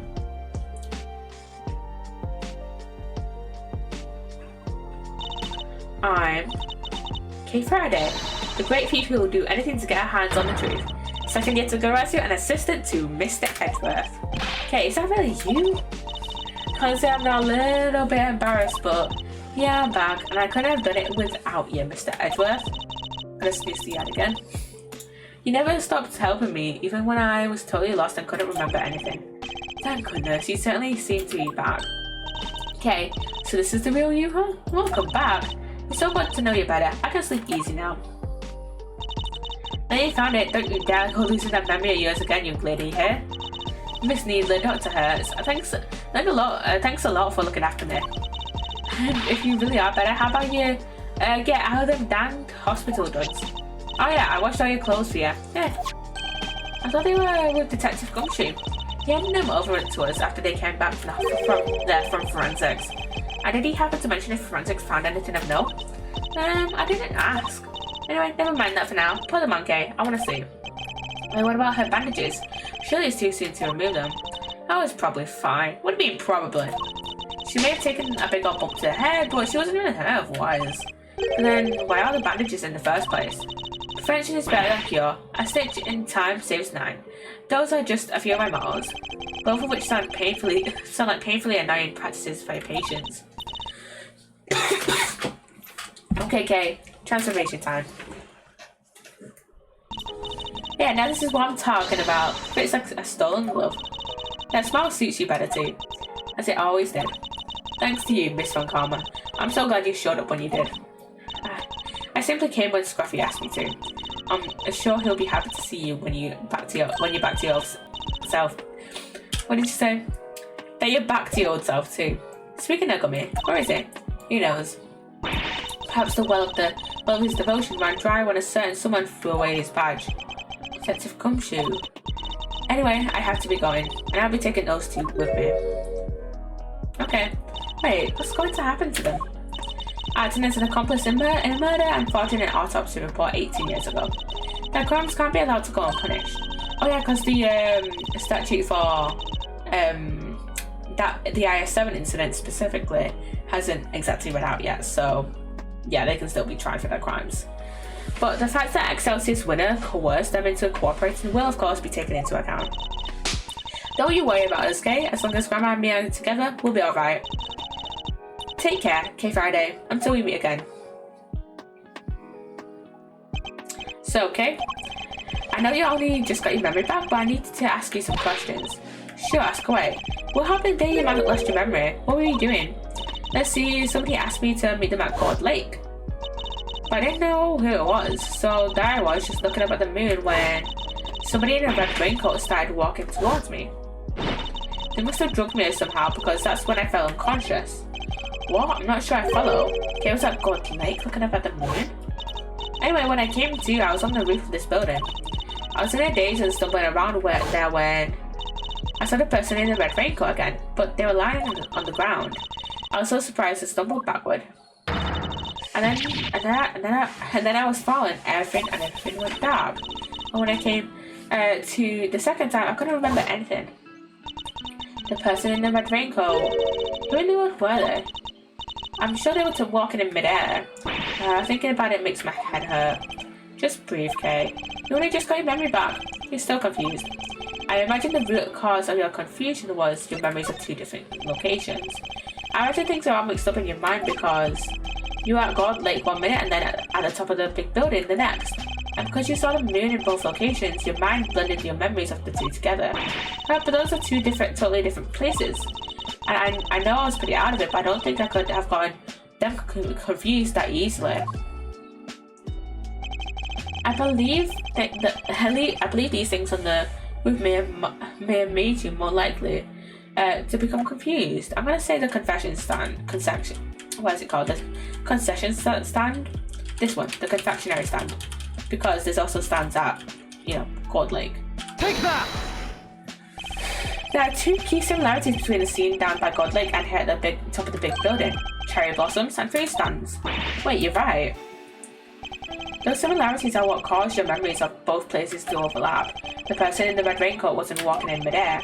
They were walking towards you from across the park. But in your blurry memories, that same sight played out over the viewing platform instead. No way. Who steals a great few memories, huh? That's just cheating. Yeah, it's cheating. Even so, this doesn't answer the question of who attacked Kay in the park. Who was it? The person in the red raincoat she saw? What? Did you hear that? It sounds like it's coming from up in the storeroom. Come on, let's go take a look. Wait, hooey! I smell another scoop in the oven. You're still here? Yeah, I was just about to say that. Like, why is Lotta still here? She's just standing there.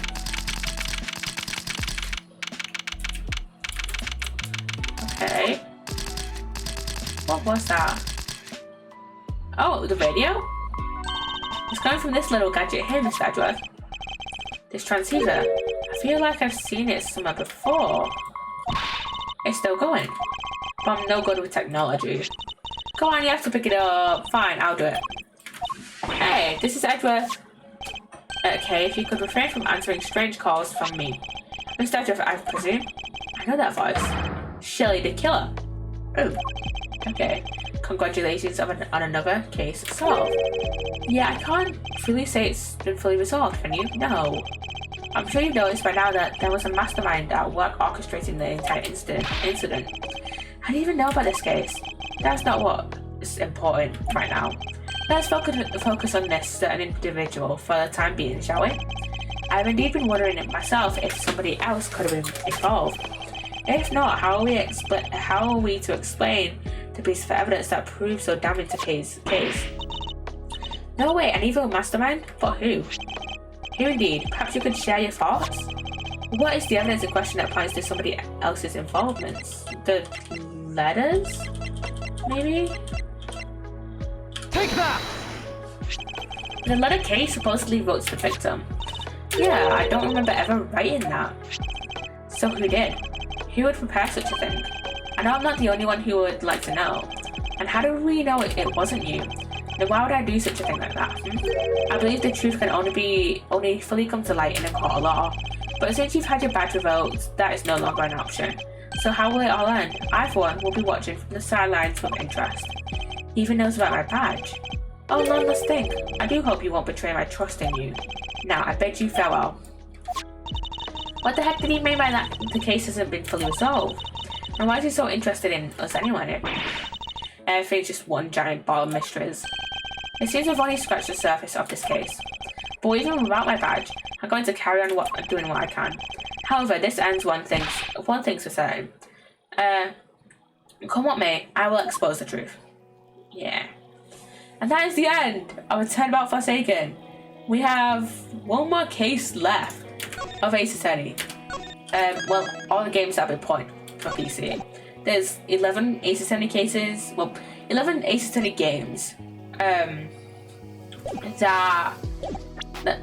11 Ace Attorney games, and 10 of them have been ported to PC. One of them, the one that hasn't been ported yet, is we're gonna read out, by the way. The one that hasn't been ported out is Professor Layton vs. Phoenix, right? So for now, we only have one more case left. If that ever gets, you know, ported out, I will play that. But yeah, that hasn't been pointed out yet. You know what? Nah, I'm not gonna raid out today. I'm very tired. So yeah, I hope you've enjoyed the stream. All my socials are in the commands on Twitch, which are only really active during stream because that's when I mix it up open. Also in the About Me section on Twitch, and also in the description on YouTube if you are watching over there. Hope you've enjoyed this stream, and I shall see you guys next Friday for the last case of Ace Attorney so far, which is Turnabout for the Ages. So yeah, bye guys, bye.